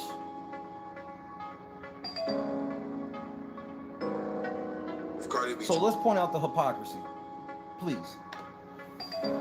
And I'm going to talk about the hypocrisy. And I don't want anyone to think that I am choosing violence or I'm trying to make it. Nigga, just get to a fucking point, bitch. It seem like this or that because I'm pointing out, if someone wants me to do something, then you do it too. And if the thing is I'm not doing that, but you do it, then that's not fair. I never called for anybody to stop doing business with you based on a lie. Cardi beat you. What don't you get? You can't sit here and be like, I did that to him. Name the company I called and said, stop working with Busy Blue and Joleen because they're racist, bigot, misogynist, terrorists. They make fun of homosexuals and bisexuals. Name the company I did this with. You named 3 fucking companies, nigga, publicly telling them all of this was true about me. Why? I don't know. I don't even, bro, I should be chilling. It's a beautiful day outside. I can't even just chill because you want to just be lying and slandering me. Slander is federally illegal, bro. It's a federal crime. There's no ifs, ands, and buts, bro. It's a crime.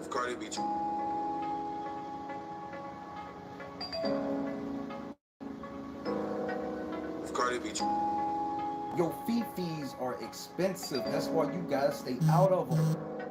I hope you learn that from this. Fees expensive. Oh, that costs a lot of money, G. If someone is you this, and then I say, well then you're this.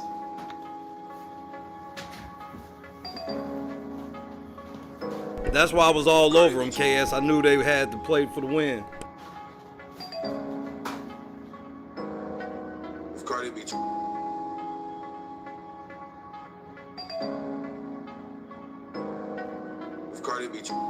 Hey Chris, I'm gonna teach you a really quick lesson. It's gonna take 10 seconds. If somebody ever talks about you and they say you're ugly, they don't like the way you dress or something like that, you can't lie on them and get them fired for work. It's illegal. Just so you know. I just want you to know that. Because I'm learning that a lot of adults haven't been told this. So I want to make, I know Bubba's probably told you, I'm going to tell you too. So I just want to make sure that you know that.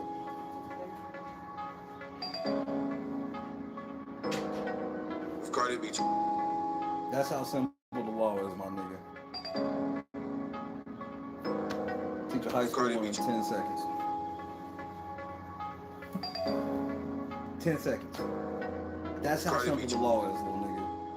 So while you sitting here pretending to do exactly what I did, I didn't do that. But it felt like you did. You this. And then I said, well then you're this. And then they said, well, stop saying that. And I said, okay, well then you stop saying that. It's almost. And then they said, why won't you see why he won't even tell specifics? This is what liars do.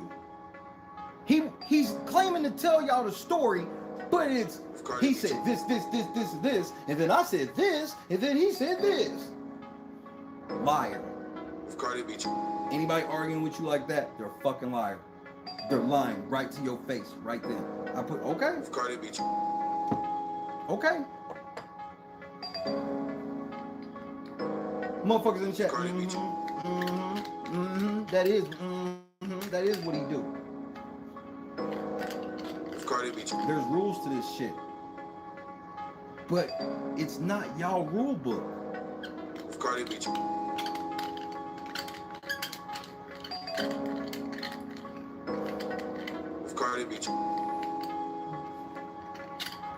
I'm not worried about him, but this is fucked up that he said there, he says all this about me, and then I say this, and I'm gonna have to take my video down.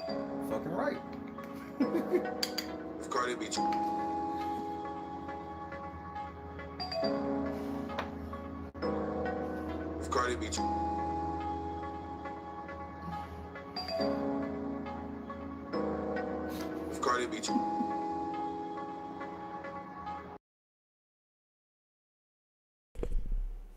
Man, I can't believe she took me out of context. All like,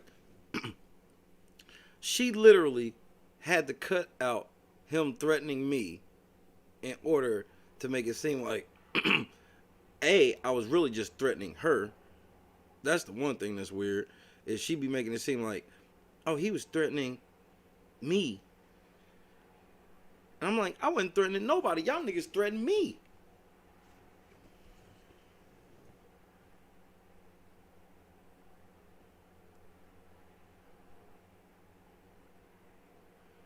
They were not prepared. They were not prepared to ever be called on any of this shit they do, bro. It's crazy.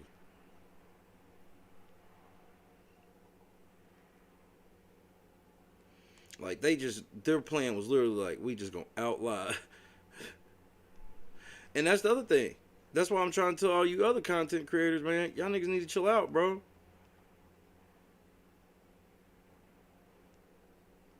Because y'all sitting out here, maybe you don't lie as much as they do, but if you lie at all, if they some super liars, man, they might fuck around and get you. That's what they thought they was gonna do to me. That's what they thought they was gonna do to me.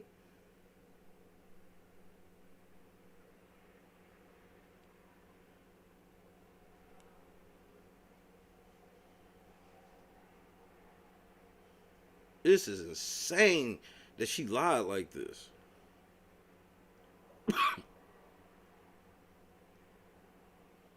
It's not unexpected. This is the bitch that told all her white friends to read White Fragility. Oh, Jesus. Lord help us.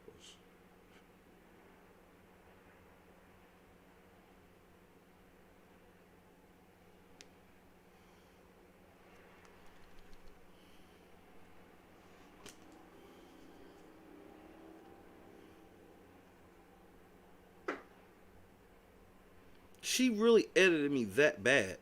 I didn't realize it was that bad. And I know I go on into that motherfucker to even say that, nigga, if I was to pull up out there, the moment I touch ground, you motherfuckers would call the police.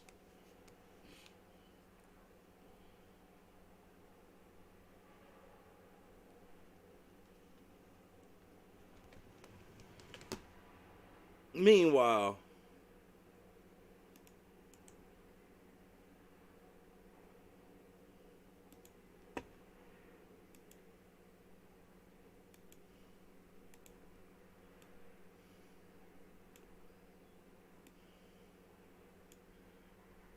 cut out the whole threat. From LA, he's gonna stream my videos from LA. You can just go to my channel already. I never claimed to be a thug girl. I cry on a cue.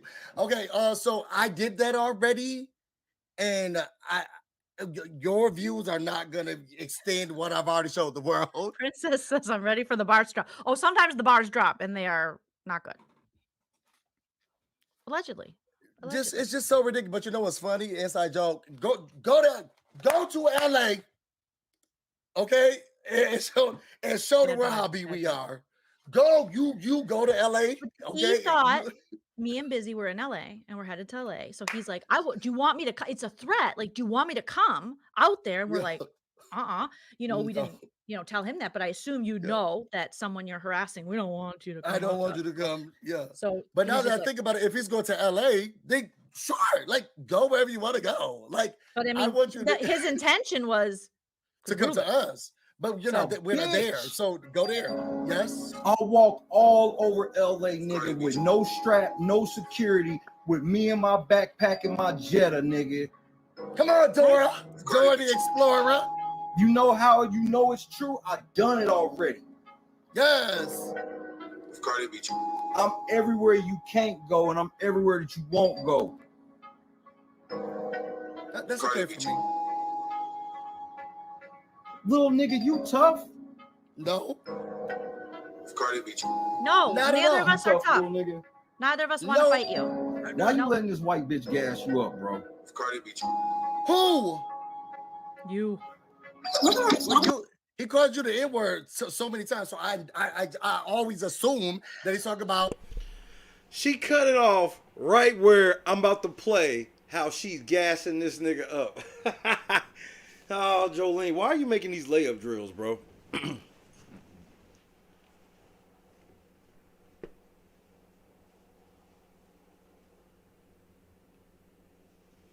Unreal.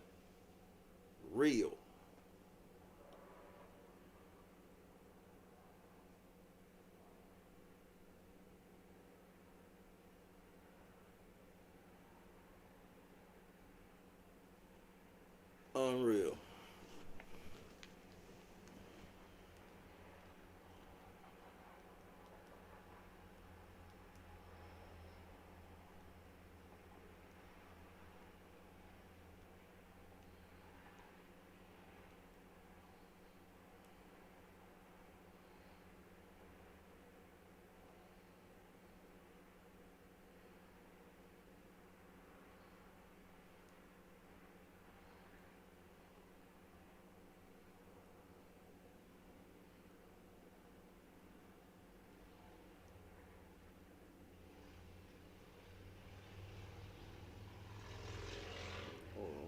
type this message.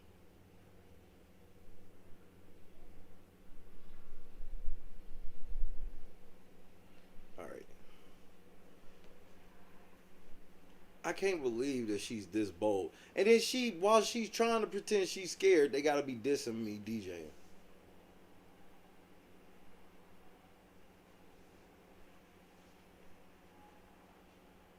That white fragility book fucked her up. It made her be confident in her racism. That as long as she learns certain social cues to fool certain black people, certain white people. I ain't never seen no shit like this, bro.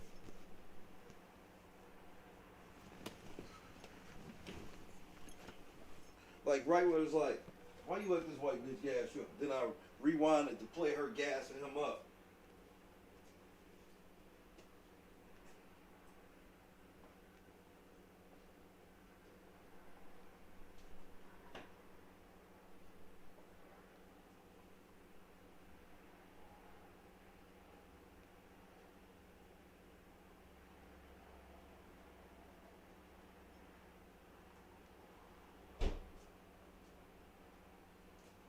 Truest words spoken, man. Why you let that white bitch gas you up, bro?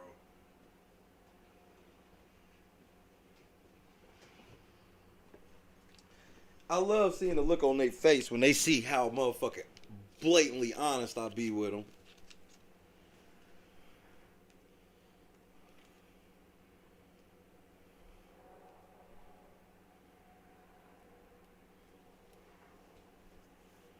Wow.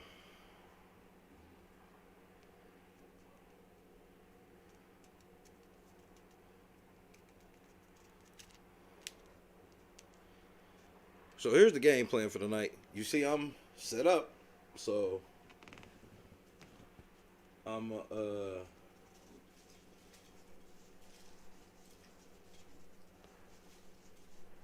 smoke this one, then we'll do some editing and then come back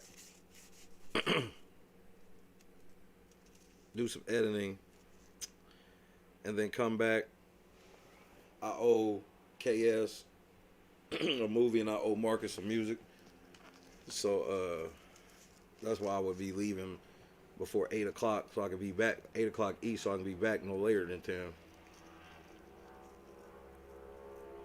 because there's only a one night shindig, so I got some space so I can have the music up a little bit. It's only one DJ upstairs, the baby, and not just the baby but everybody be asleep, you know what I mean? So I don't know how loud it really be, but it's not worth it. You know what I mean? But I'm out here tonight, especially because it's like super fucking nice outside. Super nice outside.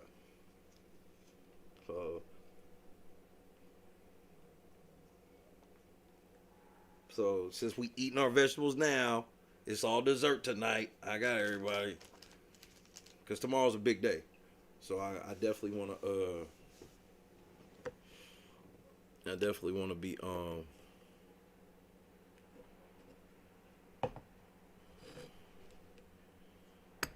relaxed going into tomorrow.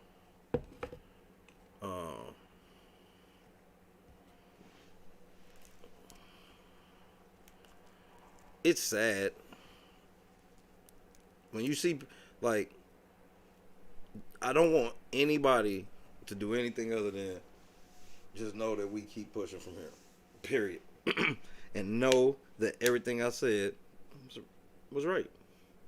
Because I told you this is what it would come to. This is where it's at. And now the bag has literally been slid over. I mean, you see that shit clear as day. Bro, everybody and their mama know that's illegal. She knew it was illegal when she did it. That's why she didn't want anybody to see where the video came from, no timestamp, nothing. She wanted to make sure everybody saw y'all, but she didn't want people to see the motherfucker, nothing. She gross like that, bro.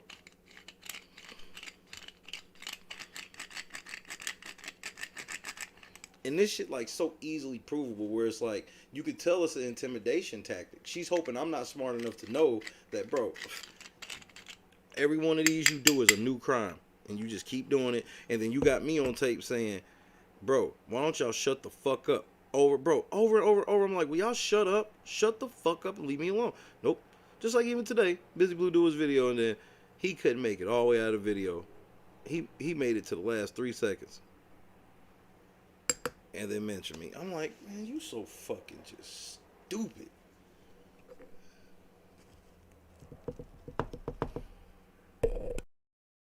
And he was like, yeah, you know, and Joleen would be so stupid to talk about me at 22,000. She's so fucking stupid. He always says I'm so stupid. Thank you. Well, let's just go back to then when you said that I said that, right?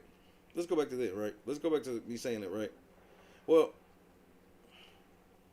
what's the upside for you at this point? You in a full-fledged public dispute with me. And you trying to escape by saying, stalker, stalker. What they used to say in the 80s lunch, peeping Tom. Get out of here, peeping Tom. Which, I gotta be honest, I found that hard to believe that was an epidemic. Did it happen? I'm sure. Epidemic? No. Common like that? Fuck no. Because if so, why was y'all still getting dressed in front of the window? That's misogynist. Just because I want to get dressed in front of the window does not mean anybody can look at me. Only who I say can look at me when they walk past. Everybody else must close their eyes. And if they stumble into traffic, I'm not liable.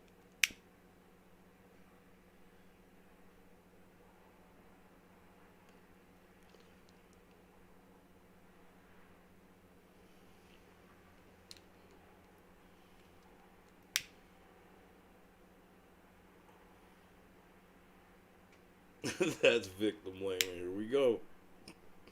The best part about it is that's what you get for bringing up Lunchbox. She clairvoyant too. Just about how bad shit gonna be for her. She just quotes me saying the shit and it's like, yo, but I was right. She brought up Lunchbox. Lunchbox was like, hey man, I seen the YouTube video. I was like, wait, what? Let me see that. I was like, tell me you can find that. I woke up this morning. I watched like 2 minutes. I was like, Nick.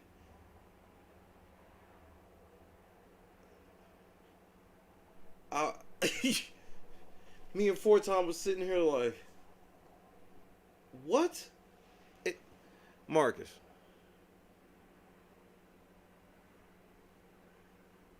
Remember the book thing?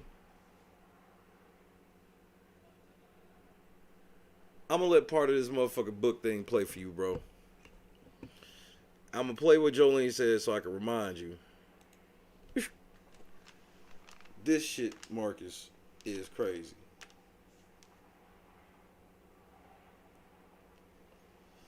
This shit crazy, bro. Even for them. I thought that was an issue. Let's be clear. No, it wasn't. It kind of did respond. So I do know that him and Kylan did have a conversation. I'm not Kings and how you going? Sure, and y'all and I'm in the rooms and they always say, loser. You're such a loser. Busy. You never go to Frenchie's house. He was in his house. I was in his house. I was in there. F your couch. There. I looked around the room. You wasn't there. And where does he get this? I want to see this receipt that he's saying he has where I told him specifically to read a book. Where specifically did I say his name, read a book? Because that's also been pushed out as that would be so random, and you would never have said anything like that. I mean, I would love for him to read a book. I've definitely said to people, I've definitely pushed White Fragility. I think that's a really good book for people to read, especially my fellow white people who have problems with like understanding privilege and understanding how to be an ally. I've pushed that book. I really love that book. Marcus enters the "you can't make this shit up if you tried a million times" file. White Fragility is a book that an awful lot of people have been talking about and reading lately, and not even that, but organizations are buying bulk copies of this book and giving it out to their staffs and strongly encouraging their staffs to read the book and have book clubs and discussion groups analyzing their own white Fragility, and I do think that it comes from a good place. When people are engaging with material like this, it starts from a good place of wanting to be better human beings, wanting to create a more fair and just society, all that good stuff. But I hate to break this to you, this book is not going to get you there. In fact, this book is one of the most toxic books I have ever read in my life. And we're going to talk about that in this video. I'm going to give you not 5, not 10, not 15, but 20 reasons. 20 reasons why White Fragility is an insane, crazy book doing nothing more than pointing out the actual text of the book itself. That's right. Marcus, nigga, you have no idea where this shit about to go, bro. I literally, that's why I was like, hey man, somebody gotta go grab Marcus, bro. This white bitch bodies Joleen, nigga. This is the book that Joleen told her white friends to go read to help them with race relations, nigga. People who are recommending this book have not actually read this book. Now, for those of you who are new to my channel and don't know anything about my background or me, I'm an organizational psychologist. I have an MBA. I have a PhD in psychology. I have my own practice. I work with individuals and organizations all over the world to help create better, more positive work experiences, build highly resilient teams, all that good stuff. And I am... So this bitch smarter than Joleen. So we'll just start there. I am very, very, very concerned about the potential impact of this cursed book on the workplace. That's why I am talking about it. That's why I believe this is very important. And that's why I spent 2 days reading and analyzing and fact-checking every part of this book to make sure I understood it so that I can answer your questions and explain to you why this book is a toxic piece of nonsense. And Marcus, you know when the white person's an ally? When they say a whole bunch of shit for you, and then at the end when they done, you like...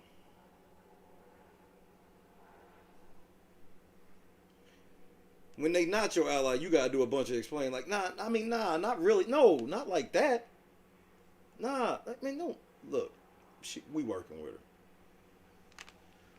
Wait till you hear how this bitch bodies Joleen, bro. Bodies this bitch, nigga. This is my representative, Marcus. This bitch sexy than a motherfucker. I promise you, by the end of this video, I will absolutely prove to you that this book is toxic and racist, and the author is not much better. But before we get out the cap, and he was like, yeah, you know, and Joleen would be so stupid to talk about me at 22,000. She's so fucking stupid. He always says I'm so stupid. Thank you. Into that, listen folks, I'm trying to grow the channel. If you like what I'm doing, please make sure you subscribe, turn on those notifications. Please subscribe. If you think you're subscribed, just double check for me because YouTube may have made that decision for you. Alright, let's dig into it. And what I've done is I've got a series of screen caps, or actually photos that I took with my phone, of the actual physical book. And I'm not going to do these in order of insanity, although it does crescendo to a nice level of insanity at the end. But what we're going to do is we're going to go through 20 crazy things starting at the beginning of the book and working our way to the end. And so the first thing we have is on page 25, and this is Robin DiAngelo essentially saying that her entire field of study, because she is a whiteness studies professor, that is what her PhD is in, I believe, whiteness studies. I told you WPS was real. I told you I was versed in WPS. Y'all thought that shit wasn't even fucking real. This bitch got a PhD in it. If whiteness studies ain't WPS, y'all niggas don't even try that shit. Sometimes you get caught. Gotcha, bitch. Sometimes you niggas get caught. I told you. Whiteness studies, nigga.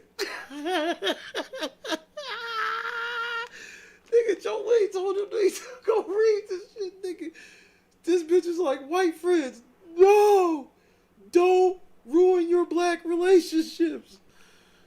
This is basically Robin DiAngelo saying that her entire field of study is based on the idea that white people are the norm and black people are...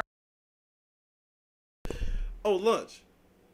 What happens after you find something else? Hey, man, that's not up to me. I'm just doing my thing as a content creator. That's what we supposed to do, lunch. It's not on us to filter content for people. It's on us to go, well, if you like this, we'll send you to this is her channel. Good luck. Marcus, now you see why you had a message like, nigga, Shay looking for you, bro. Joleen body bagged herself. That's wet bandits. W-E-T. And he was like, yeah, you know, and Joleen would be so stupid to talk about me at 22,000. She's so fucking stupid. He always says I'm so stupid. Thank you. Are a deviation. And I should say, just to give this overall study is based on the idea that white people are the norm and black people are a deviation. That's right, Marcus. Whiteness rests upon a foundational premise. The definition of whites as the norm or standard for human, and people of color as a deviation from that norm.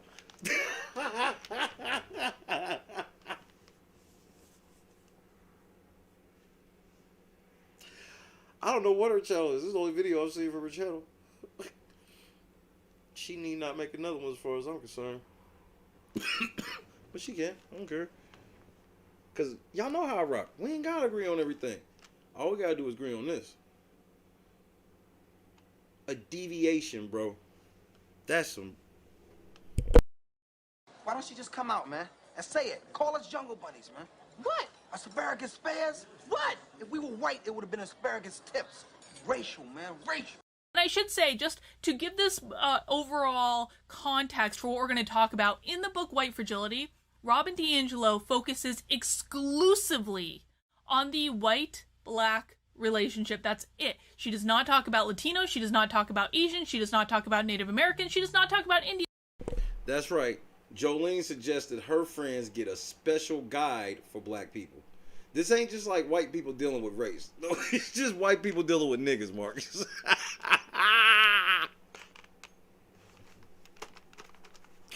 You can't make it up. She does not talk about any other group except white people and black people. She actually says it in the book. So that's why the focus is going to be white versus black, because that's how she wrote the book. This is on page 25. Whiteness rests upon a foundational premise. The definition of whites as the norm or standard of human and people of color as deviation from the norm. That is the premise on which her entire field of study is based. That whites are normal and people of color, or in this case, black people, are a deviation from normal. Now, to me, that sounds incredibly racist and is not something that I would base any thought or strategy or theory on. It just isn't. That's an incredibly racist thing to say. Let's keep going. This is on page 27, in which she says that Barack Obama supported racism. Although, actually, we'll start at the beginning. Ruth Frankenberg, a premier white scholar in the field of whiteness studies, describes whiteness as multidimensional. The dimensions include... Not the cap. Not the cap. Not the cap. Although, actually, we'll start at the beginning. Ruth Frankenberg, a premier white scholar in the field of whiteness studies, describes whiteness as multidimensional. Multi-dimensional, nigga.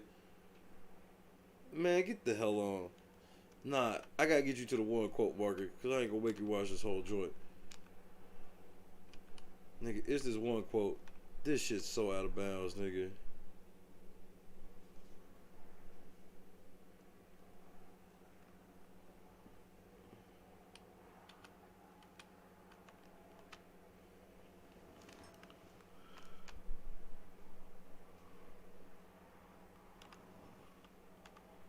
Hold on.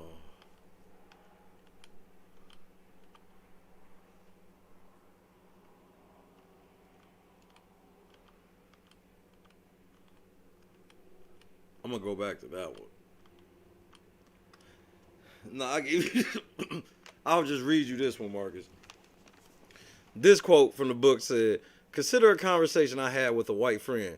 She was telling me about a white couple she knew who had just moved to New Orleans and bought a house for a mere $25,000. Of course, she immediately added, they also had to buy a gun.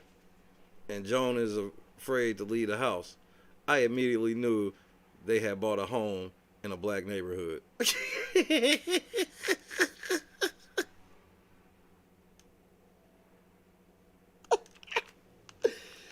Nigga, no. Literally, nigga, no. Niggers, no. Is this the one?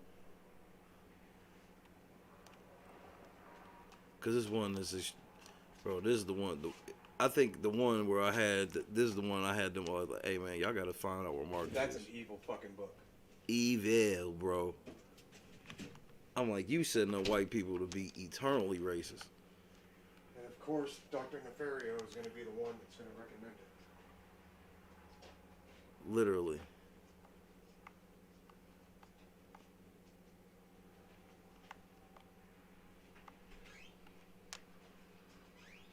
Here it is, Marcus.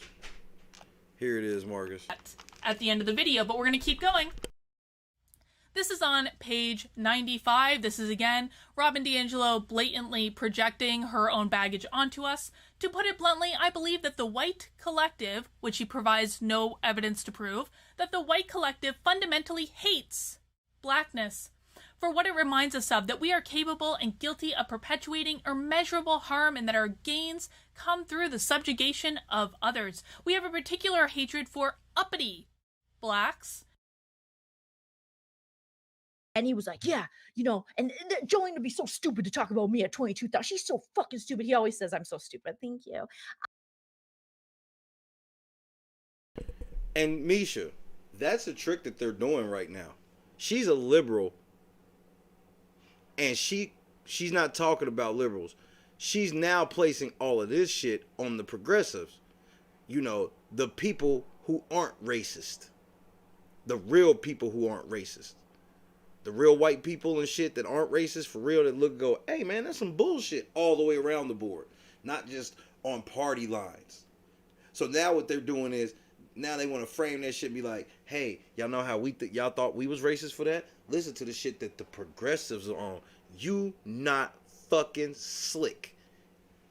You not slick, bitch. You see how they did that, Misha? I know you get that. Oh, the dirtiness in that. The loaded dirtiness and putting progressive instead of liberal. Oh, man, they foul, bro. Capable and guilty of perpetuating immeasurable harm and that our gains come through the subjugation of others. We have a particular hatred for uppity blacks. That's right, Marcus. White people have a particular hatred for uppity blacks. You know what other quote is in this book, Marcus? Did you know that this bitch said all white people are racist by the time they 5 years old? The fucked up part about this, Marcus, is this whole book is about how all white people are racist. So how the fuck is Joleen mad at me for calling her racist? She's supposed to be kneeling before me. The quote is, to put it bluntly, I believe that the white collective fundamentally hates blackness for what it reminds us of, that we are capable and guilty of perpetrating immeasurable harm and that our gains come through the subjugation of others. We have a particular hatred for uppity blacks, those who dare to step out of their place and look us in the eye as equals. Who that sound like to you, Marcus? And who that sound like they talking about?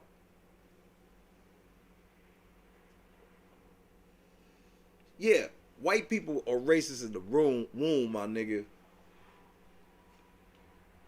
White people are racist in the womb, my nigga. Eli, we found the book that Joleen told everybody to read, White Fragility. And let me read you a quote from this book from the author. And you tell me who it sound like she talking about and who it sound like they talking about. To put it bluntly, I believe that the white collective fundamentally hates blackness for what it reminds us of, that we are capable and guilty of perpetrating immeasurable harm and that our gains come through the subjugation of others. We have a particular hatred for uppity blacks, those who dare to step out of their place and look us in the eye as equals. The messages that circulate relentlessly across the generations reinforce the white belief that blacks are inherently undeserving.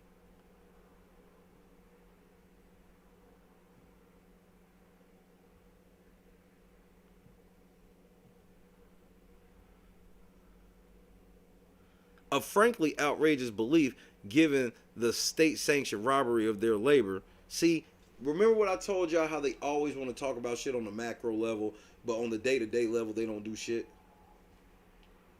This is that right there.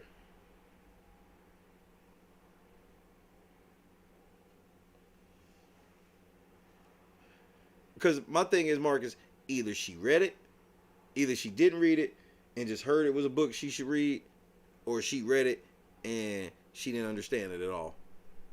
Because I can see her reading and understanding it, because I have repeatedly told her what the problem is, and she's just decided to gaslight and lie anyway, because she feels like the moment that she admits to the shit that she did, she wouldn't fix it. She would just end her own career. So she's like, well, fuck it. I'll just try to end your career before you get mine ended. So that's like the game they're playing right now, is we're trying to end his before he ends ours. And I'm like, that's not how this works. This is some of the most disgusting shit ever. It had to be a white lady come on and be like, hey man, don't listen to these motherfuckers. They don't know what the fuck they talking about. It's foul in a bitch. Those who dare to step out of their place and look us in the eye as equal. That's Robin DiAngelo is. Oh, Eli, I'll come right back to it. I want you to see directly what Joleen said.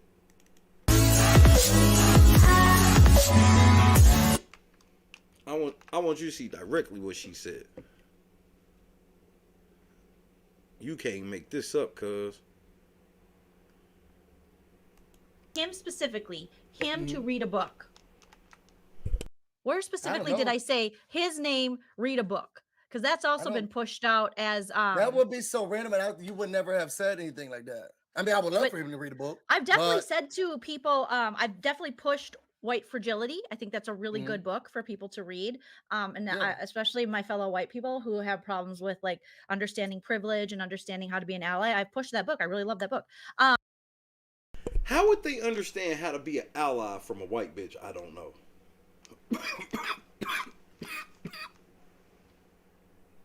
This is like Joleen being like, white people can learn from her because her best friend is black. A nigga she been in the room with.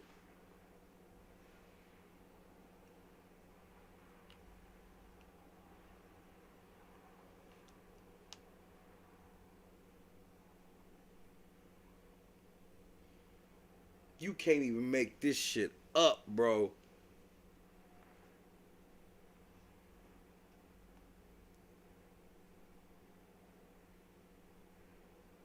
Every time you think they ain't fumbled no more. That's why I keep combing through this motherfucker, because it just keeps me... Bro, Lunchbox dimed me on this shit last night. I said, I watched like 5 minutes of that video because I came outside and 4 times out here, but I wasn't going to jack the space because I wanted to listen to it and I had my headphones. So I hopped in the whip. She came back outside, was like, you know, she saw my face. I was like, what the fuck? She was like, you can come back in here. So I was like, yeah, I will. I was like, listen to this shit. 4 times was like, what the fuck? I was like, yeah. And this is the book that motherfucker Joleen was like, all her white friends need to read. I said, what?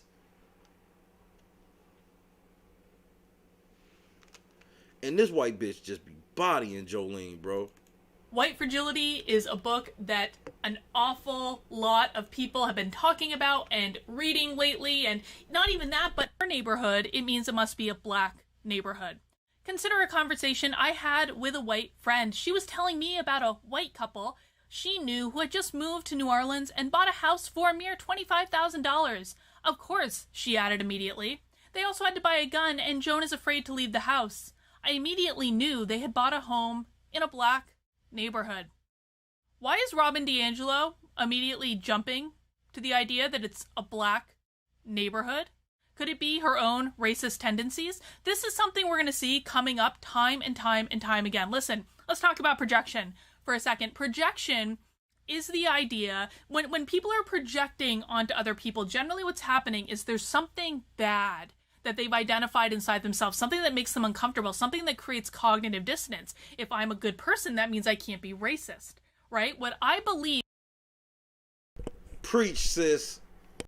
Is happening throughout this book is Robin DiAngelo was brought up probably, and she kind of writes about this in the book actually, in a very sheltered white existence where she wasn't really exposed to many people of color, and so she may have developed some racist tendencies. And in this book, I believe it is a full confession of her own racism. She has identified in herself through reflection or study or whatever the heck, she has identified these tendencies within herself, that she has racist tendencies, that she has racist inclinations. But when we're projecting onto other people, it's because we're uncomfortable identifying negative things about ourselves. And it is much, much, much easier to project those negative things onto other people, to say, you think this too. And then you attack it in the other person, because it is much easier to attack something in another person than it is to attack it within yourself. So this is an example of Robin DiAngelo projecting her own racism onto other people. And if you don't believe that Robin DiAngelo is a racist yet, you're going to by the end of this video, based on her own words. Let's keep going. You can't make this shit up, Marcus. That's why I put the APB out. I was like, man, all my black people, I was like, look, man, get them on the horn. I said, has Joleen lost her fucking mind? In her epic quest to prove she's not racist, she tells all of her white friends to read this book. Oh, no, I'm throwing it off the glass on this one, Ray. And I'm going between the legs, off the glass. Actually, I'm going to NBA Jam Dunk. I'm going to do like 4 720s between the leg, behind the back, and shatter the backboard on this one.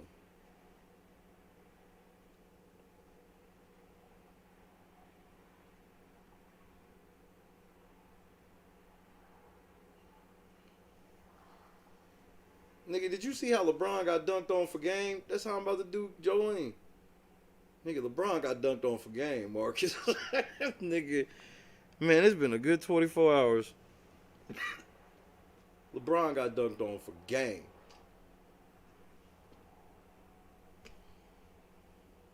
And won.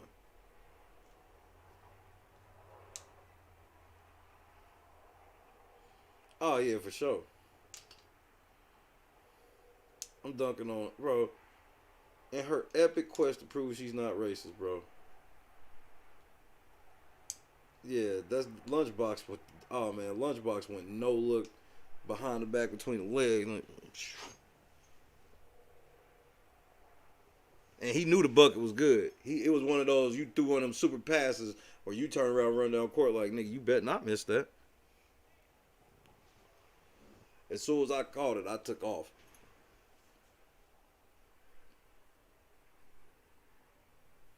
I was laying there with April chilling, or actually it was Pepper, or both of them really, but mainly Pep. And then I was like, yeah, okay, let's check this out. I was like 45 seconds into this video. I said, oh, why, Joleen? Why? And he was like, yeah, you know, and Joleen would be so stupid to talk about me at 22,000. She's so fucking stupid. He always says I'm so stupid. Thank you. Pretty much, except Lunch did that Jamal Crawford shit, and Timothy Mozgov was still standing up under the rim. He's on fire. Oh, boom shakalaka.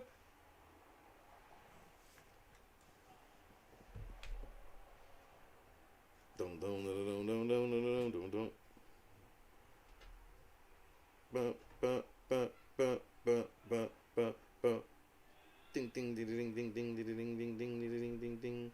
Dum dum dum dum dum dum dum. All the way down the wrong path. She sent white people all the way down the wrong path. That's the funniest part of this to me, is just to see this white bitch like, no, no.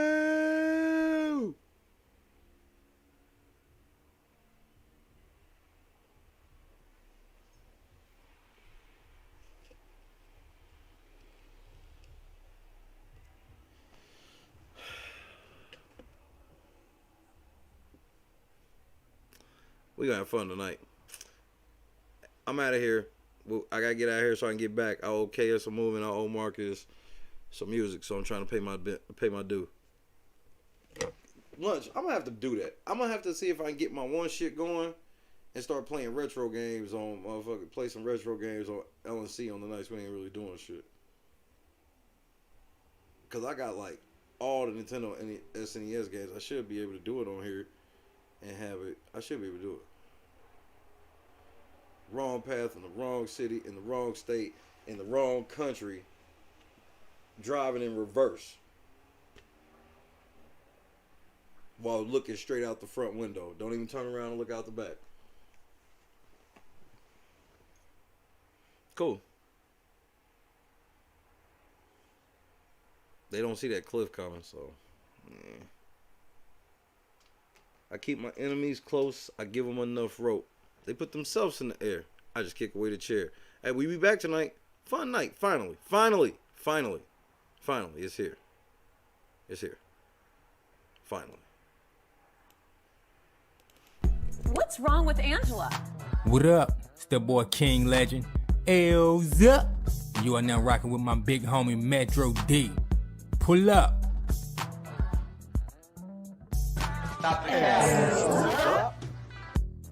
More bars in the jail stint. King who they throwing up the L with. Tried to let you slide, Casey, now I'm on your helmet. Legend. Boy, I'm back spazzing like your ailments. I'm the wrong one to throw a jab at. You can have that. That ain't even what I'm mad at. Somebody should have told you I could rap. About to go bananas. This shit should give you flashbacks. Already know you can't handle that. Oh, you know some big timers, really, where's Manny at? Frontin' like you a big shot, you nobody. My team ball like the fucking Lakers, you globetrotter. Yeah, you thought Shay was on some evil shit. Now you got a date with the devil and we can mingle mix. No love when you DJing at parties, but you should be used to the booze, you alcoholic. Thought you were a real OG till I got the call and now I got a kill OG. This motherfucker thinking that he's still OG. You only had a little fame like MOP. Man, this shit ain't even fair putting him on me. Murder any of your dogs that you sick on me. Plus some nights on the court, you should get like me. My shot, your wife, we both hit that 3. Squad took you in, treated you like fam. But you was steady hating, yeah, you and your mans. On your swaggy C shit, tried to run a scam. Now we at a funeral and bitch, it ain't dance. It was go time, about to actually pop off. You saved your own life when that package was dropped off. Like work for me, work the LNC. We only fuck with the real and it's not y'all. Any artist out there want to be an artist and want to stay a star and don't want to have to worry about the executive producer trying to be all in the videos, all on the record, dancing. Come to Death Row. Come to Death Row. Come to Death Row. Come to Death Row. Come to Death Row. Come to Death Row. Come to Death Row. And he was like, yeah, you know, and Joleen would be so stupid to talk about me at 22,000. She's so fucking stupid. He always says I'm so stupid. Thank you. Why don't you just come out, man, and say it? Call us jungle bunnies, man. What? Asparagus spares? What? If we were white, it would have been asparagus tips. Racial, man, racial.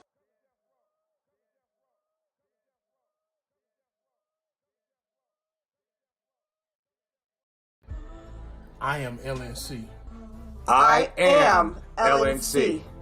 I am LNC. I am LNC. I am LNC. She belongs to the streets. I am LNC. I am LNC. I am LNC. I am LNC. I am LNC. I am LNC. I'm LNC. I am LNC. We are LNC. Put Shay in the house. Put Shay in the house. Put Shay in the house. Put Shay in the house. Put Shay in the house. She belongs to the streets. Put Shay in the house. Put Shay in the house. And Shay can bite me. Put Shay in the house. And get Shay in that house. Put Shay in the house. Put Shay in the house. Put Shay in the house. Put Daddy in the house. You heard him. Well, I was at a family barbecue.